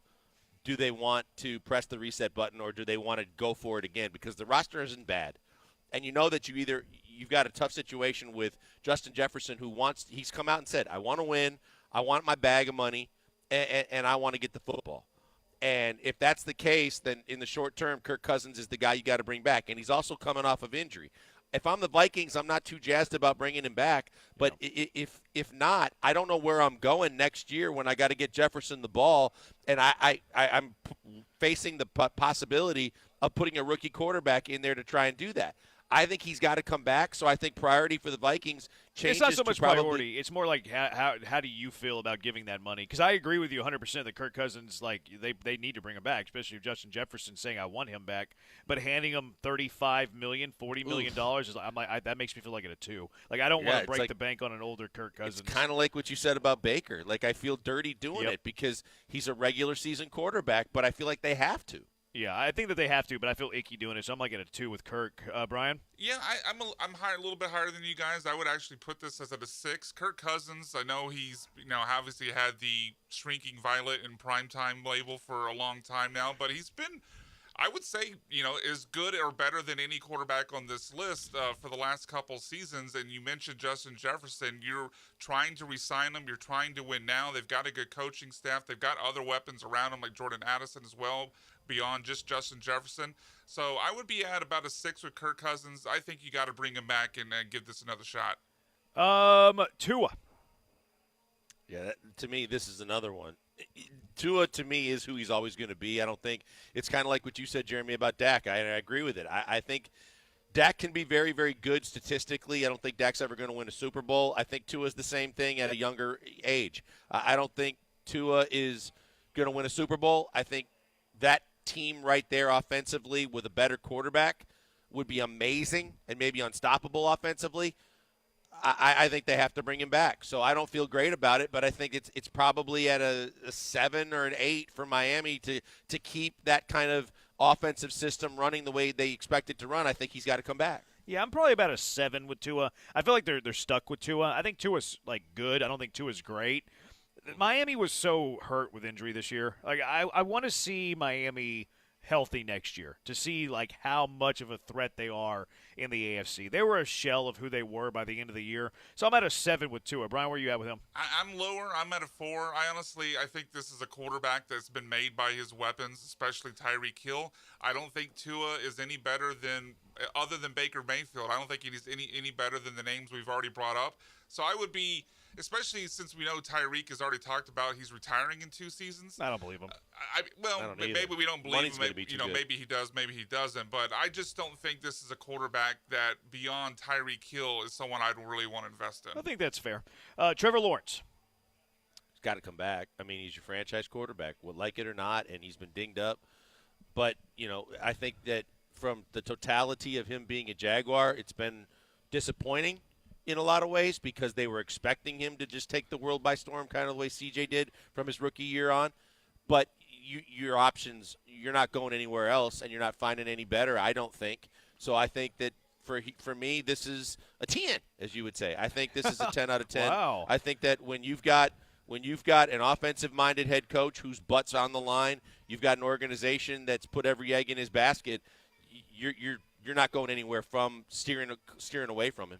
I'm usually higher on T-Law than you are. I still think he has a future. I still think he can be pretty good. I'm at about a 7 or an 8 for T-Law, Brian. Yeah, I'm a little lower than you guys. I think they have no choice. I mean, what are you going to do? He's a young franchise caliber quarterback. They're going to have to bring him back, but I don't know. He took a step back last year. There was a lot of bad signs. His yards, his touchdowns both went down. His interceptions went up. I'm willing to completely dismiss the rookie year under Urban Meyer, but seeing him take a step back across the board, especially after adding Calvin Ridley, I'm a little concerned about Trevor Lawrence, and I wouldn't be as enthusiastic as you guys. Yeah. Last one, Jordan Love. Huh, you had to do that, didn't you? Look, they don't have any other options. They're going to bring him back. Me personally, I'm at like a 5. I think Green Bay and their fan base, which doesn't count, but I think Green Bay as an organization is going to prioritize him like you can't go anywhere else, and this is your guy, and they think he's better than CJ. When I see some of these polls and blog sites and everything like that, he's coming back. He's going to be a Packer. I wouldn't sign him for more than a couple of years. Why see more of him?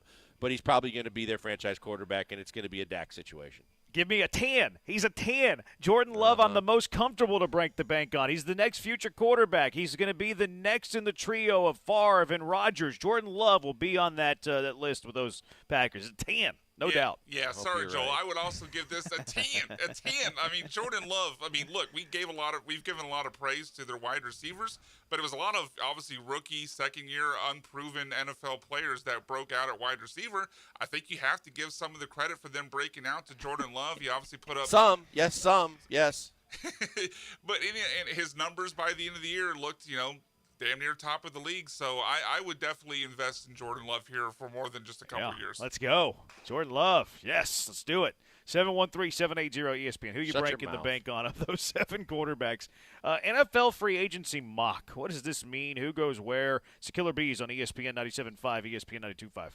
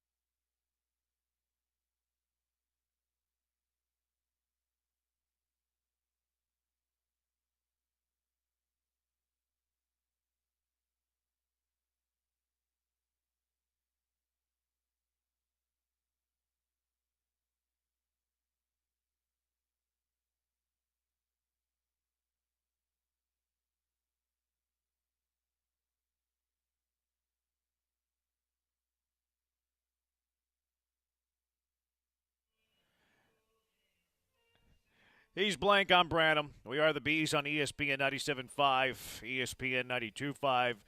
New lineup at the station. The bench still going to be in the bench of the morning. I can't call him that anymore. John and Lance, my bad. John and Lance. Dell. Although they called themselves the bench this morning. Oh, they screwed up. They're going to be fined. Dell will be from 10 to 2. Gallant and George, the Killer G's, from 12 to 3. And then we're still 3 to 6. More soccer Can we matters. Call them more game Can we on. call them the? Can we also call them the G-Men? You can. I'm not. Okay, I'm going to call them the G-Men. You can call them what you want. I mean, it's your prerogative. I'm not. I can't tell you. I what call to them say. a lot worse than that when they're not on the air. Do you? To their face or Joe's behind their back?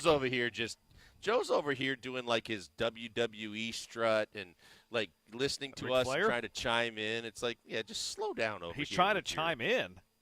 What's he trying to chime in with? When he hears whatever we're commenting on, and then of course it was poor timing on his part that he was outside and he came in right when we were talking about him previously. But now he's got a beer in his hand and he's paying close attention, thinking he might get more love. He's having a cold beer at X-Golf. A cold beer X-Golf at and X-Golf. Gady. Yes. Yeah, I like the cold beer on a Friday night. A pair of jeans if it's just right.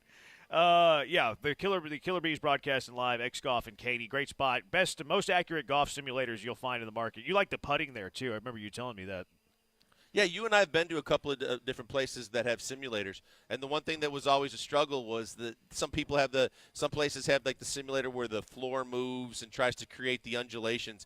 This is just realistic putting with your putter on a real green, and it reads it based on how hard you hit it and the spin and like the squareness of the face. These simulators are phenomenal.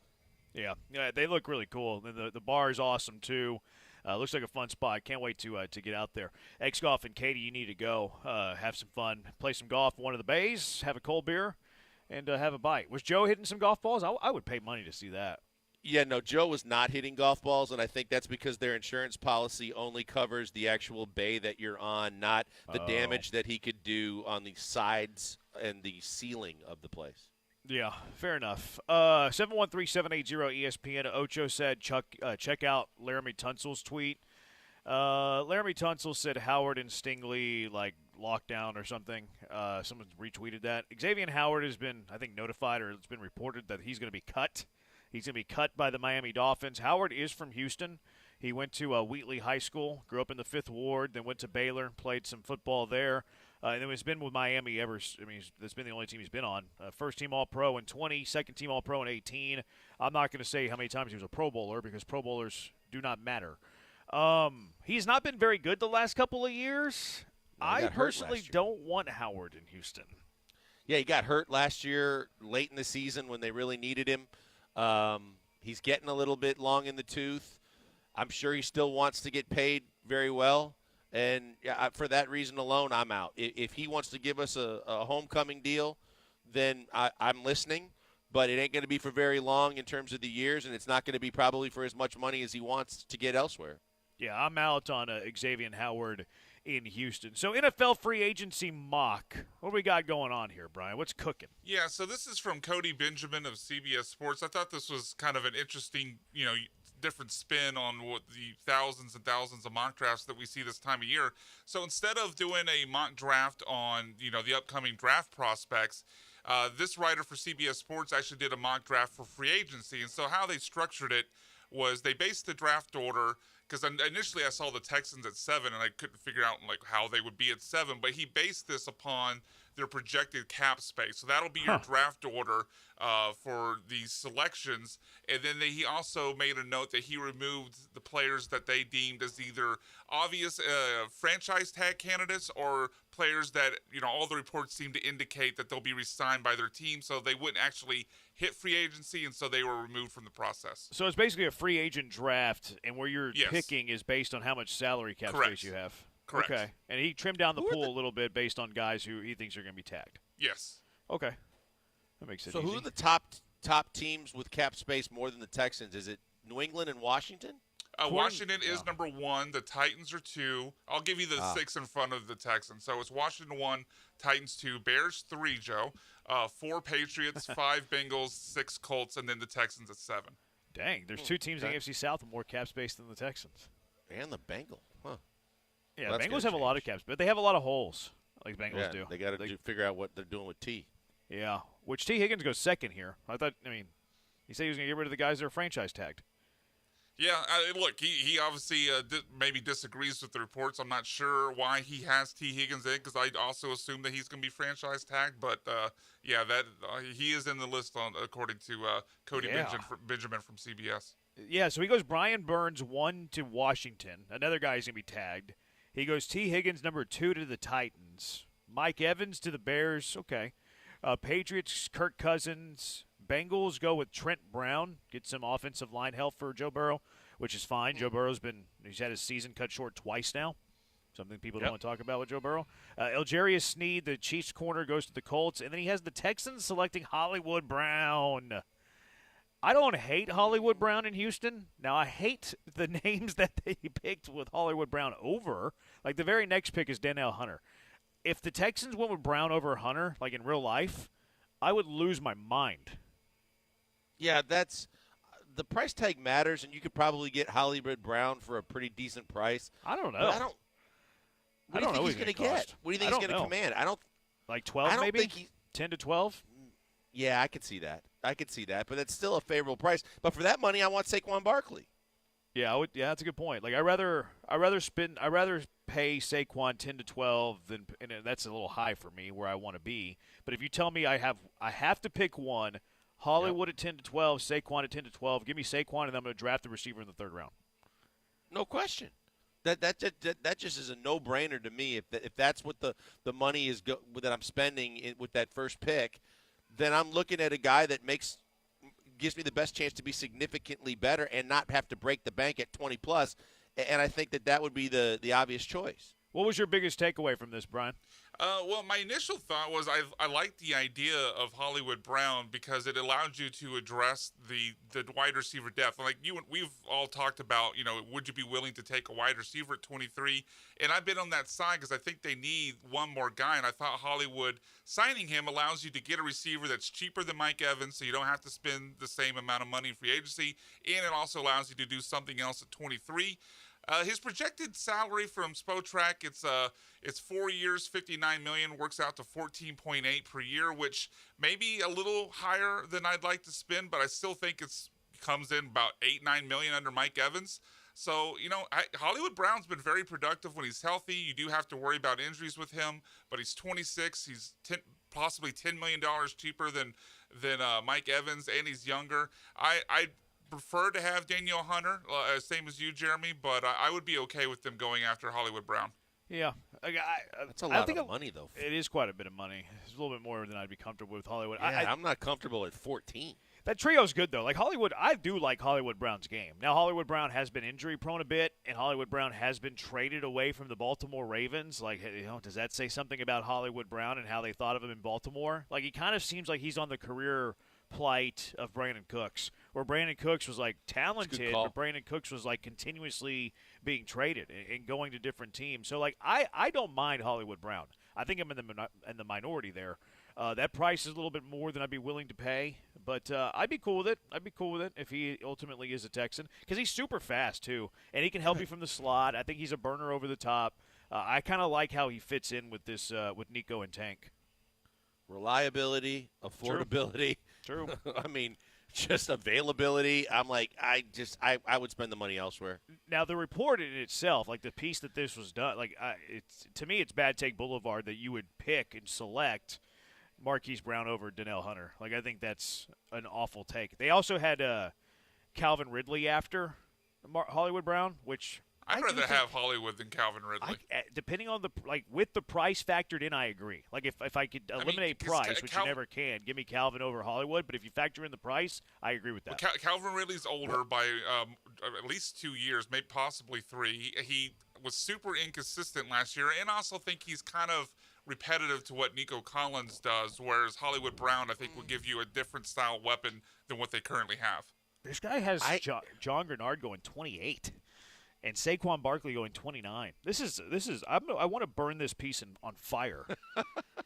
I just don't like when you start looking at that and you look at the price. Look, from Ridley's perspective, to me, I think he's got an attitude problem. I think he's got a route running problem. He likes to gamble. Inconsistent. His That too, routes, but I'm not even factoring that. About. Yeah, he's inconsistent. He likes to try to show up his quarterback when he's not getting the ball. I don't think that he's on any kind of a level to be able to be the diva receiver that he looks like he would be. I'm good without Calvin Ridley on my team. I might be putting too much weight in just the 2 games I saw him play against the Texans. I don't love his hands. Like, he dropped a wide open touchdown pass in one of the games against the Texans where I was like, okay, this is Calvin Ridley? This is the guy everybody tells me so great? He's dropping passes? Okay. And I know receivers do that. And, again, maybe I'm putting way too much weight in those 2 games, but his hands look questionable in those 2 games to me. 713-780-ESPN. The salary cap in the NFL came out today, and it has went up. It is super high. I can argue that this actually hurts the Texans' cap space advantage. Also, are there options to restructure like the Saints restructured with Carr today, and the amount of savings they got from him, astronomic? It's the Killer Bees broadcasting live from X-Golf and Katie on ESPN 97.5 and ESPN 92.5.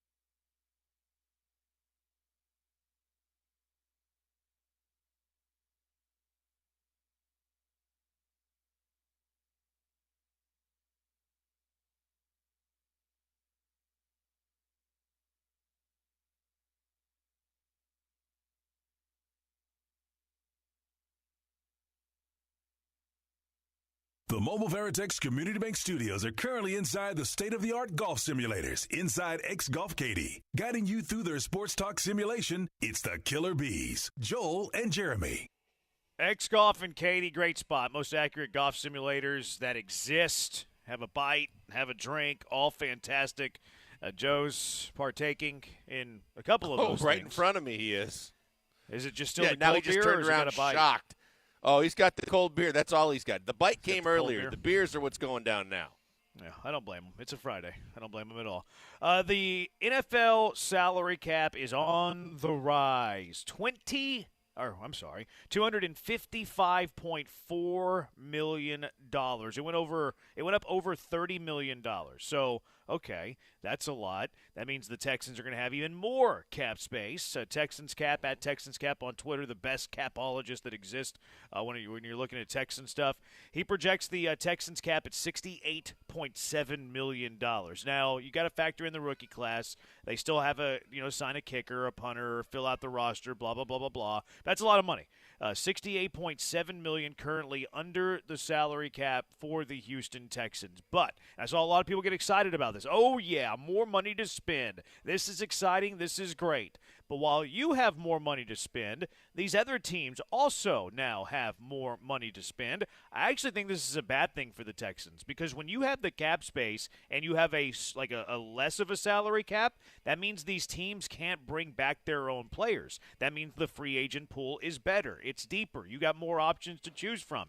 Now that the cap went up as much as it did, when it went up, $30.5 million, now these teams that didn't think they were going to get maybe their second or third best free agent, they thought they were going to lose them, maybe they bring them back. Maybe half the teams in the NFL, 16 teams, are able to bring back their second or third pending free agent. So now all of a sudden, because these teams have more cap space, this free agency pool I don't think is going to be quite as good as it would have been if it was a lesser salary cap. Yeah, it's a bit of a bummer because of the fact that we were in agreement that we didn't anticipate them going over $20 million on a player, and they didn't have to.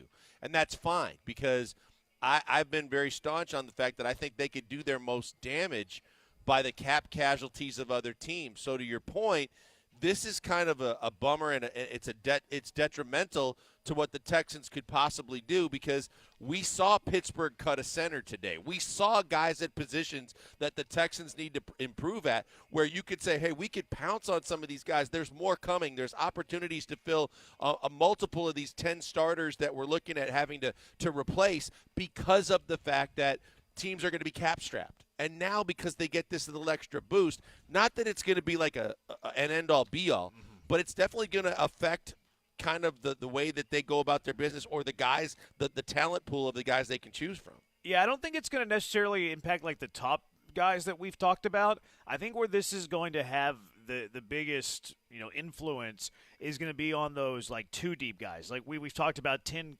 starting caliber players. These are going to be more of the guys that you had your eye on, that you thought you could get at like $6-7 million, and now because these teams have more cap savings, they bring back their third, fourth best free agent, and now it sucks up that pool a little bit. So.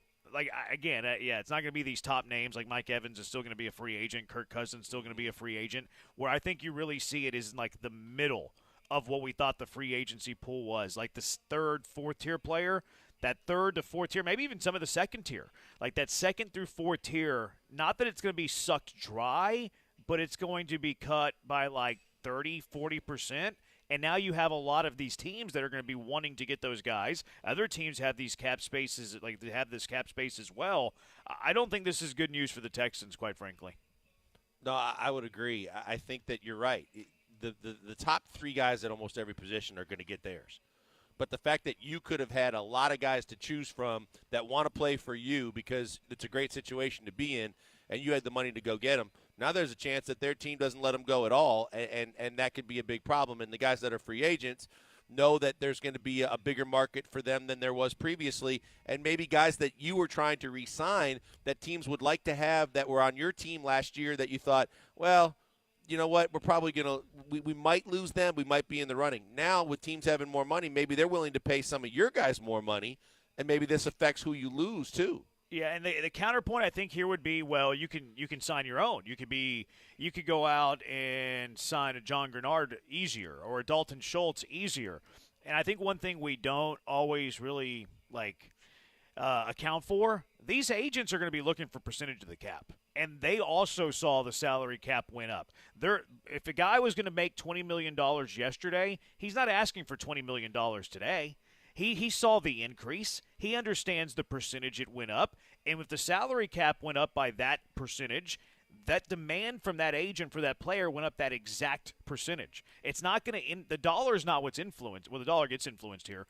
But the thing that stays the same isn't the dollar. The thing that stays the same is what percentage of the cap they want. So you're not going to get these players on a cheap – like on the same deal. They're going to want a pay raise. They're going to want an increase, just like the salary cap increased. John Grenard, if he was 20 yesterday, he's 21.5 today. He's 22 today. Yes. If Dalton Steve Schultz Nelson. was 10, Dalton Schultz is 11.5 today. Like, you're not going to get that player on the same deal you thought you could have got him yesterday. No, you're not, and that's what I'm saying. So now it not only affects the guys that might have fallen into your wheelhouse that you could sign that help you from another team, but now it's going to affect you even more in trying to retain your own.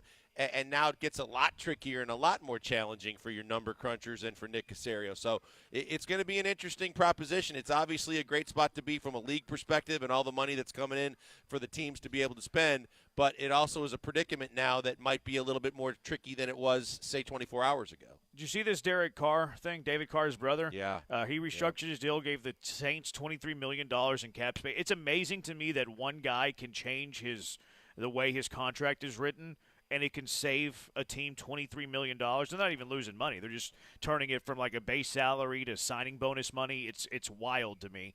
Seahawks restructured Geno as well. You think that Nick Caserio can go this route? Like Titus is a name that comes up. Laramie's a name that comes up because they have big contracts. I imagine that Caserio is going to turn over every stone here. Yeah, I saw this morning. It's immediately what came to my mind was, well, the Saints said that they needed to they were in a predicament like they were a few years ago to really try and get a few guys to restructure to try and be players have money to spend, period, but to be players to be able to do some things to upgrade their team. And when you think about it, the two biggest contracts on the team are your two tackles. I mean, Howard just signed his deal, but I'm sure that he doesn't have a problem. Tunsil's a guy I'm not sure he'd be willing to do it, but if he is, that if Nick is sitting there on the fence or because of this increase in the cap that you look at it and say, hey, they might need a couple extra dollars here or there, I think that this should be a very, very reasonable conversation to be had between specifically those two guys and Nick Caserio going, you're still going to get your money. I'm willing to work with you if you're willing to work with us. You guys want us to be better, too. This is a way we can actually get – player A, player B, whatever it is. Look, we know that Tunsil was a fan of Howard. If you get a guy, if you have the conversation with Laramie, look, we're more of a player in the conversations with a guy like that if you can help us out. I think this is how good teams become better, and I think that that's something that you have to do. Yeah, you have to be really good at the cap if you're going to have success now in the NFL. Tunsil has restructured in the past, and it's because, I mean, he's not losing any money. You're just converting a base salary to signing bonus, so it's like, okay, well, if I'm going to net the same, then I'm going to net the same, and sure, I'll do you a favor. So I think that Tunsil will be willing to do it. And you can also save some money through some of the cuts. Now, I don't think the Texans have a lot of those names. Robert Woods at 5, Jimmy Ward I think was 4, MJ Stewart's like 2.5. So, I mean, you restructure. We mentioned the salary cap going up. Maybe you cut a player or two. You have to pay for the rookie class. You have a kicker and punter to sign. I think you can get that $68 million, maybe close to like $75 million, whenever you get to free agency. And that's fine. I think that I like that, and I think that it's a better situation to be in than teams like the Chargers and maybe the Niners to some extent, but that are laden with so many big contracts. They're worried about trying to cut. If you're having the capabilities of adding even more, that just gives you a better chance to really improve your team for next season, and it's an easier route to take. So yeah, it's a little challenging, but it's also with a lot bigger, quick turnaround benefit, I think, for the organization. Yeah, I think that It's great that the Texans have more money under the cap, but I do think that the fact that the cap went up is going to dry up the free agency pool in the middle a little bit. 713-780-ESPN, HRP listener line, 713-780-3776. Rockets lost yesterday. It was great. Fantastic. We all know why. A couple of players that were awful. There was a bright spot, too, though. It's the Killer Bees on ESPN 97.5, ESPN 92.5, live from X-Golf and Katy. Hey, before we go to the break, tell you about my good friends at Allstate. Allstate Siding and Windows, because they do siding and windows better than anybody else. Your biggest investment for most of us is your house. If you can create that tough outer shell for the Houston weather, you know how hot it gets in the summer, you know it can get cold in the winter, and then you know hurricane season is an animal all by itself that you need to protect your house and the contents, starting with you and your family, going to all the important things you have inside. That's why you always improve with your siding and windows. That's why Allstate's the best in the business. Between Mary and Mike and the family, it's been family-owned and operated for 50 years.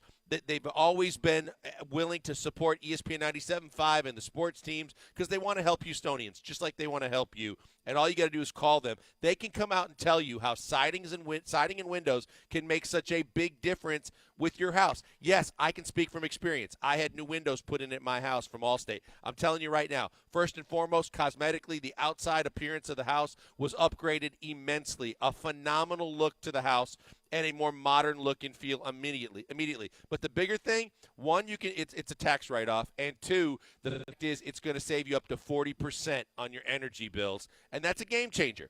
All you got to do to get the process started, call them. Have them come out and take a look at what you got going, and they can tell you how they can help. It doesn't cost you anything, but it can really save you some money. All you got to do is call them, 832-204-1936, 832-204-1936. Right now, 30% off on all windows, 24 more months interest-free. They're also doing specials like $2,500 off on complete siding jobs with that same 24 months interest-free.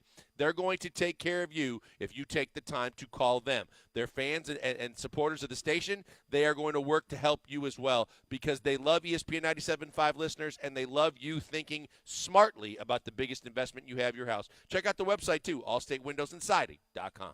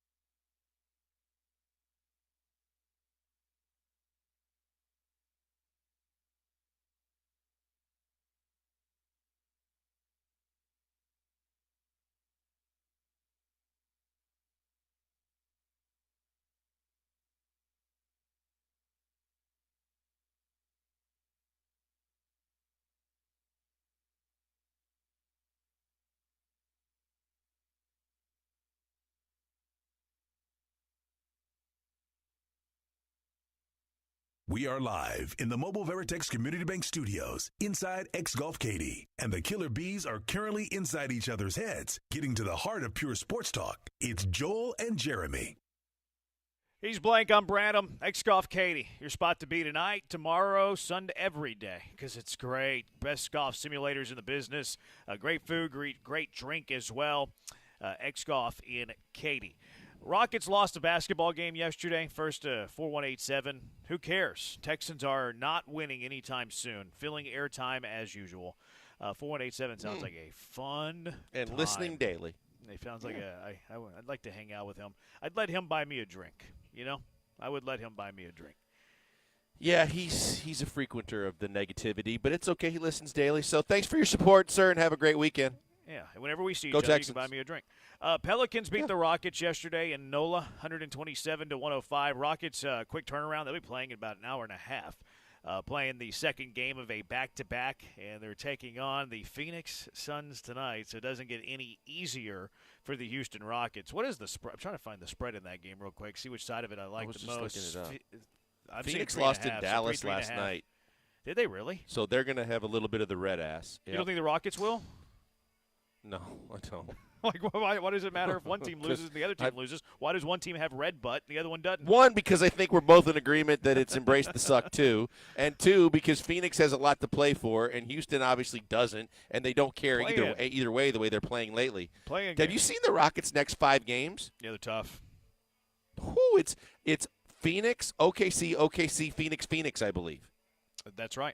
Yeah, they play back-to-backs. Well, not back-to-back days, but they play like 2-game mini-series against the Thunder and the Suns. They go. Is that what you said? Suns, Thunder, Thunder, Suns, Suns. That's what they got. It's actually over the next week. Cool. Oh my God. Home for Phoenix, home for the Thunder, at OKC, at Phoenix. Like that's what weird Good schedule. Night. Like what is that? That's yeah, like a and I guess it's because schedule. the NBA is trying to save on travel and travel expenses. It's Phoenix. Come on, man, they're not hurting for money. Houston to Phoenix is fine though. Like. Yeah, it's like ridiculous. go spend a little time in L.A. Like go play the Clippers and the Lakers in 2 games, or go up north and like play at New York and then at Boston. Like it's Phoenix. That's not that. That's a little jump. Like it's not very far to go to Phoenix. Anyways, I digress. And we're not in those times anymore. And the league's making enough money. We don't need to be doing that. Anyways, Rockets lost yesterday, 127-105. This is great. I want the Rockets to play for ping pong balls. This is exactly what I wanted to see from the Rockets yesterday. They were listening to the Killer Bees. They're like, you know what? They're on to something. We still have our first-round pick if it lands in the top 4. Killer Bees are right. We need to be adding ping pong balls. They were awful yesterday. Really bad. Really bad. Pretty terrible way to come off the break. Jalen wasn't good again. One thing that does bother me, though, is when the Rockets play bad, everybody's just like, well, Jalen sucked. Well, everybody sucked. Everybody was awful but yesterday Amen except for and a one little guy. bit of Cam sucked. I would say Cam was more garbage time. Like Cam, whenever the game was still in the balance, had an awful shooting game. And then he came alive when they were down by 30 in the 4th. Yeah, I saw him in the 3rd. It was still like between 15 and 20, but he made a shot or two, and I was like, okay. But then, you look at the box score, and you're right. I mean, Amen is a guy that we've talked about this previously, but now that we're past the trade deadline and he's playing so well, minutes aplenty. And I don't need to see Holiday as much. I don't care if he was a game saver and a game changer when he came into the games at times. I don't need to see it. Van Vliet was awful. I didn't expect to see that. Everybody else was borderline terrible with the exception Alpe was decent. And your only lone bright spot to me was Amen and a little bit of Cam. I think Alpe, when you look at the box score, he was decent. When you watch that game and you saw Kareem Abdul-Valanciunas abuse him for the second time they played in a row, Valanciunas almost had a double-double in the first quarter. Like he had, I think it was like 8 and 6 in the first quarter, 8 and 7 in the first quarter. Like he got abused by Valanciunas. Remember the last time he got abused by Valanciunas Yes. and the Rockets traded for Steven Adams the very next day? Like Alpe's defense has gotten better. Alpe still struggles with like big offensive-minded centers. This is one of those where for maybe the last year or so, or at least the start of the year, New Orleans was having to game plan to try and stop Houston, and they had to pay attention. And now Houston, ball's in your court because they basically told you, going forward, we figured it out, and until you stop our big man, we are going to feed him religiously and dare you to stop him. And they can't. No. It's I think that's what's going to prevent Alpe Şengün from being a star. Like, I think he's going to be able to get his. Like, even yesterday, I thought he played poor yesterday, quite frankly. Whenever you look at the totality of what like he did on the defensive end, you add that into the equation. He still finished with 20 and 9. Like, he still gave you – he still scored for you. But for him, I think to be like one of the game's best, I think it's going to have to come defensively. And I'm worried that he's never going to be that complete player. Like, I think he can be good enough defensively where you get by with it. Like, this year they've gotten by with it. But can you be a team that goes through a deep playoff run if your center can't defend somebody else's center? I have a hard time thinking you can. Well, you can't if you don't have enough warm bodies that are 6'10" and above that have some girth to them that can go in there and help, whether on the floor with him or filling in for him defensively. They don't have the bigs they need.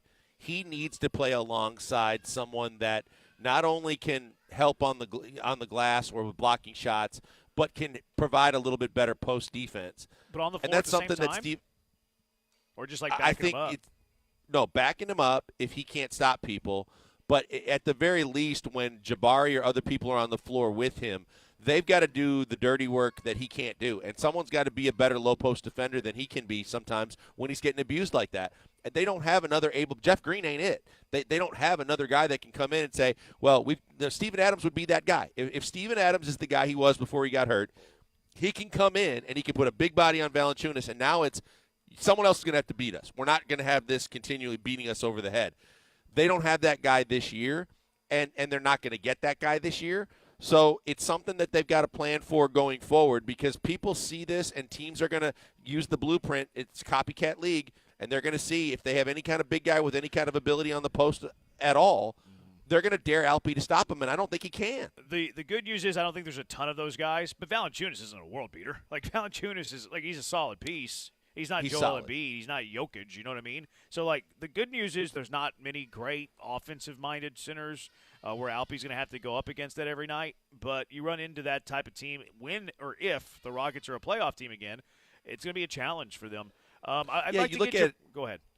Go ahead. No, I was just going to say real quick. You look at it, and there are, but if thank God Milwaukee's in the East. Yeah. But if Lopez was there, Lopez would spend the entire night just daring him to stop them, and that's what teams are going to do to try and find one advantage they can capitalize on in a matchup. Yeah, if you have that guy. And I don't think it takes, like, a really good guy. It's just, like, if you have some offensive skill at all and you're big, the Rockets are going to struggle.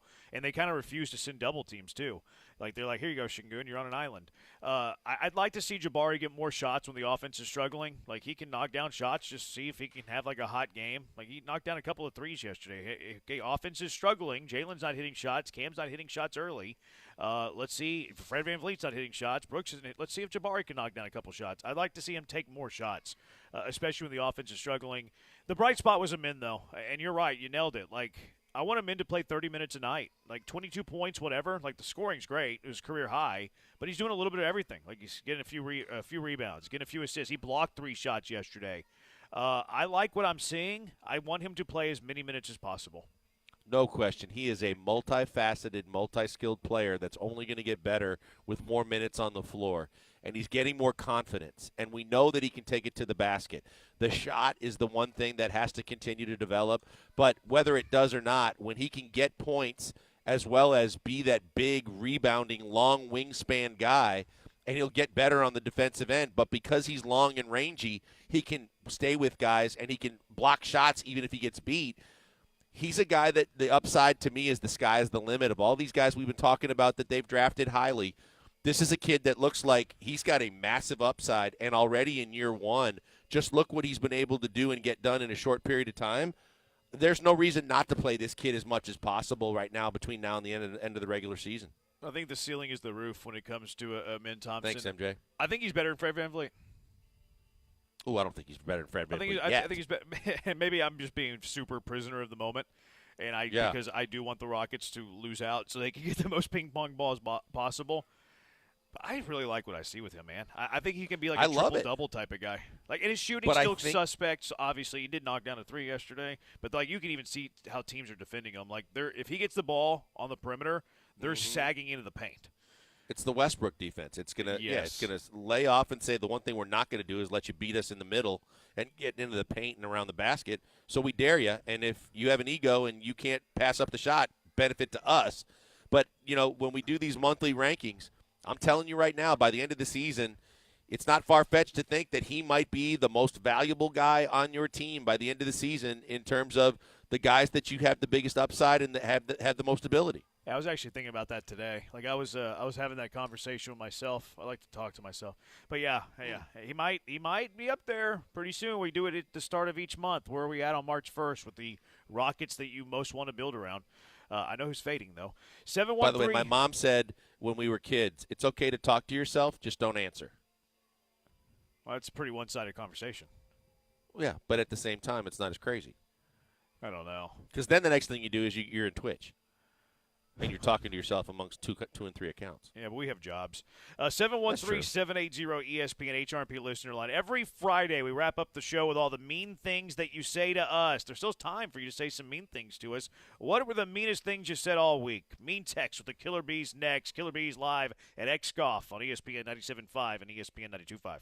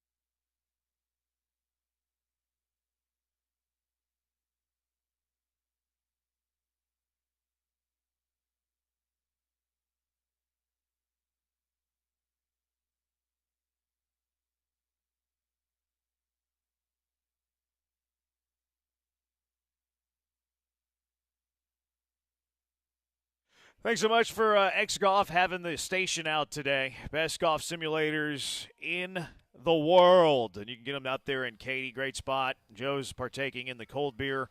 You can have a bite there, too. Really good food. Thanks to X Golf for having us out. Every Friday, we end the show with the mean things y'all say to us. I just said something mean to the Twitchers. I said y'all's weekend start on Monday. Because they don't work. So they're, I know. I was wondering if they caught it or not, but I caught it. 2180 said he's one of these late to these mean texts. He said, I want more local programming during the drive home, but glad it doesn't have to be y'all. We got Game On. We got Glenn Davis and Soccer Matters. Joe is going to be missed, surprisingly, by people from 6 to 7. Wheatstraw says mean text. Yeah, he is. Joe's great. Huge asset, 6 to 7. Wheatstraw says mean text is my favorite segment of the week because most of the mean stuff they say is true. Wheatstraw. I didn't expect that from you. I thought he was one of us. There's some people I expect the mean stuff from. I didn't expect it from Wheatstraw. Wheatstraw is one of the kindest texters we have. And he's sending, I guess they would be strays because they're directly towards us. He's sending the mean things to us. Unbelievable. Brian got it a little bit this week because he's being hazed into the killer bees. Indoctrinated, yes. Indoctrinated. That sounds like he's joining a cult. Okay. Can I take Sometimes a guess maybe. as to what some of these will be? Yeah, go for it. Because it's something I've heard 1,000 times before. Let me guess. He sounds like Buffalo Bill. Yeah, that's one of them. Yep, I knew it. I've never heard Buffalo Bill. You've never seen Silence of the Lambs? I have, but it's been a while. I have seen it. I don't remember. You've heard Buffalo Bill, then. I guess I didn't put that together. I'm gonna have to go and listen to some Buffalo Bill to see if it's accurate. You've been called Andrew Luck in the past. Yeah, None of our I did a texters bit have at said the that. Highway to Hell with that stuff. Yeah, what was it? You would write? Yeah, I would Madden, write and produce. sure. It was General Luck. General Luck, who's writing a letter to his girlfriend or something. Yeah, different women named Clementine and other old-timey sounding names. Yeah. By the way, Vinyl Voice coming up at 7, Hall of Fame with Brad Gilmore and Booker T at 8, so stick around for that. The first one's with us. The show couldn't open for the Blitz back in the day. That's not very nice. Blitz was great, legendary show. I think we could at least open for the Blitz, though. Actually, I did a show that did open for the Blitz back in the day, so shut your mouth. It's a great point. There you go. You literally did do it. But I did the lead-in show to the Blitz, so there you go. I guess to defend this mean texture, though, it wasn't this particular show, so maybe I could have brought you down, which is plausible. It's in play. King of Twitch earlier said that Brian sounds like a talking calculator. Maybe that was when he went too analytical with his analytics. Yeah, maybe so. Calculator. Although that, I think I like Oh, that no, better you know what than it- Buffalo Bill. You know what it was? It was when he decided to overly break down Abreu statistics to make him sound like an MVP candidate. Okay, maybe I went too far with that. The talking calculator is hilarious. You know what's funny about that is King of Twitch is not funny. Like, he's not a funny person, but he had a funny line. Now you're being mean about the Twitchers. Blind squirrel, When he pays his nut, debts. all of that. Yeah, right. Alex says we have to retire Joe George Boulevard from 3 to 6.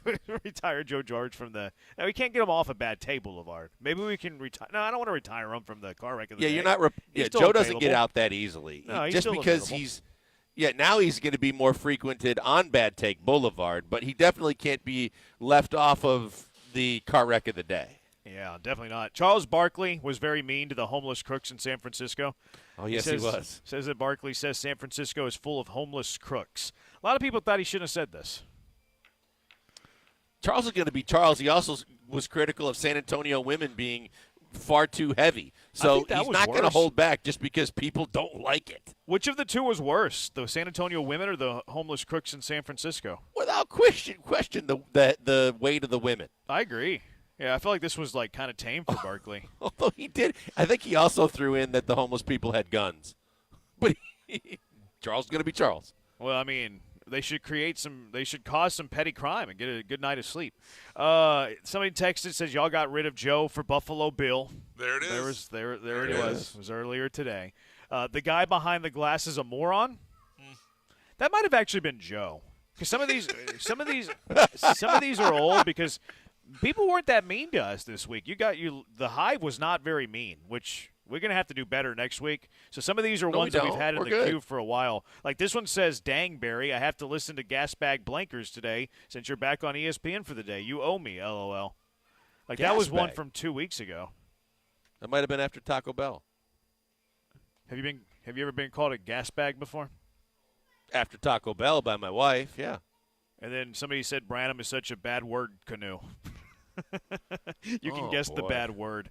Yeah, What would you guess enough. the bad word was? I'm not guessing on the air. Nice try. All right, that does it for us. Thanks to Brian. Great, strong first week. He's Blank. I'm Brandon. We'll talk to you Monday, Houston. Have a great weekend, everybody. ESPN Radio next. Vinyl Voice at 7. Hall of Fame with Brad Gilmore and the five-time world champion Booker T. Talk to everybody Monday. So long, everybody.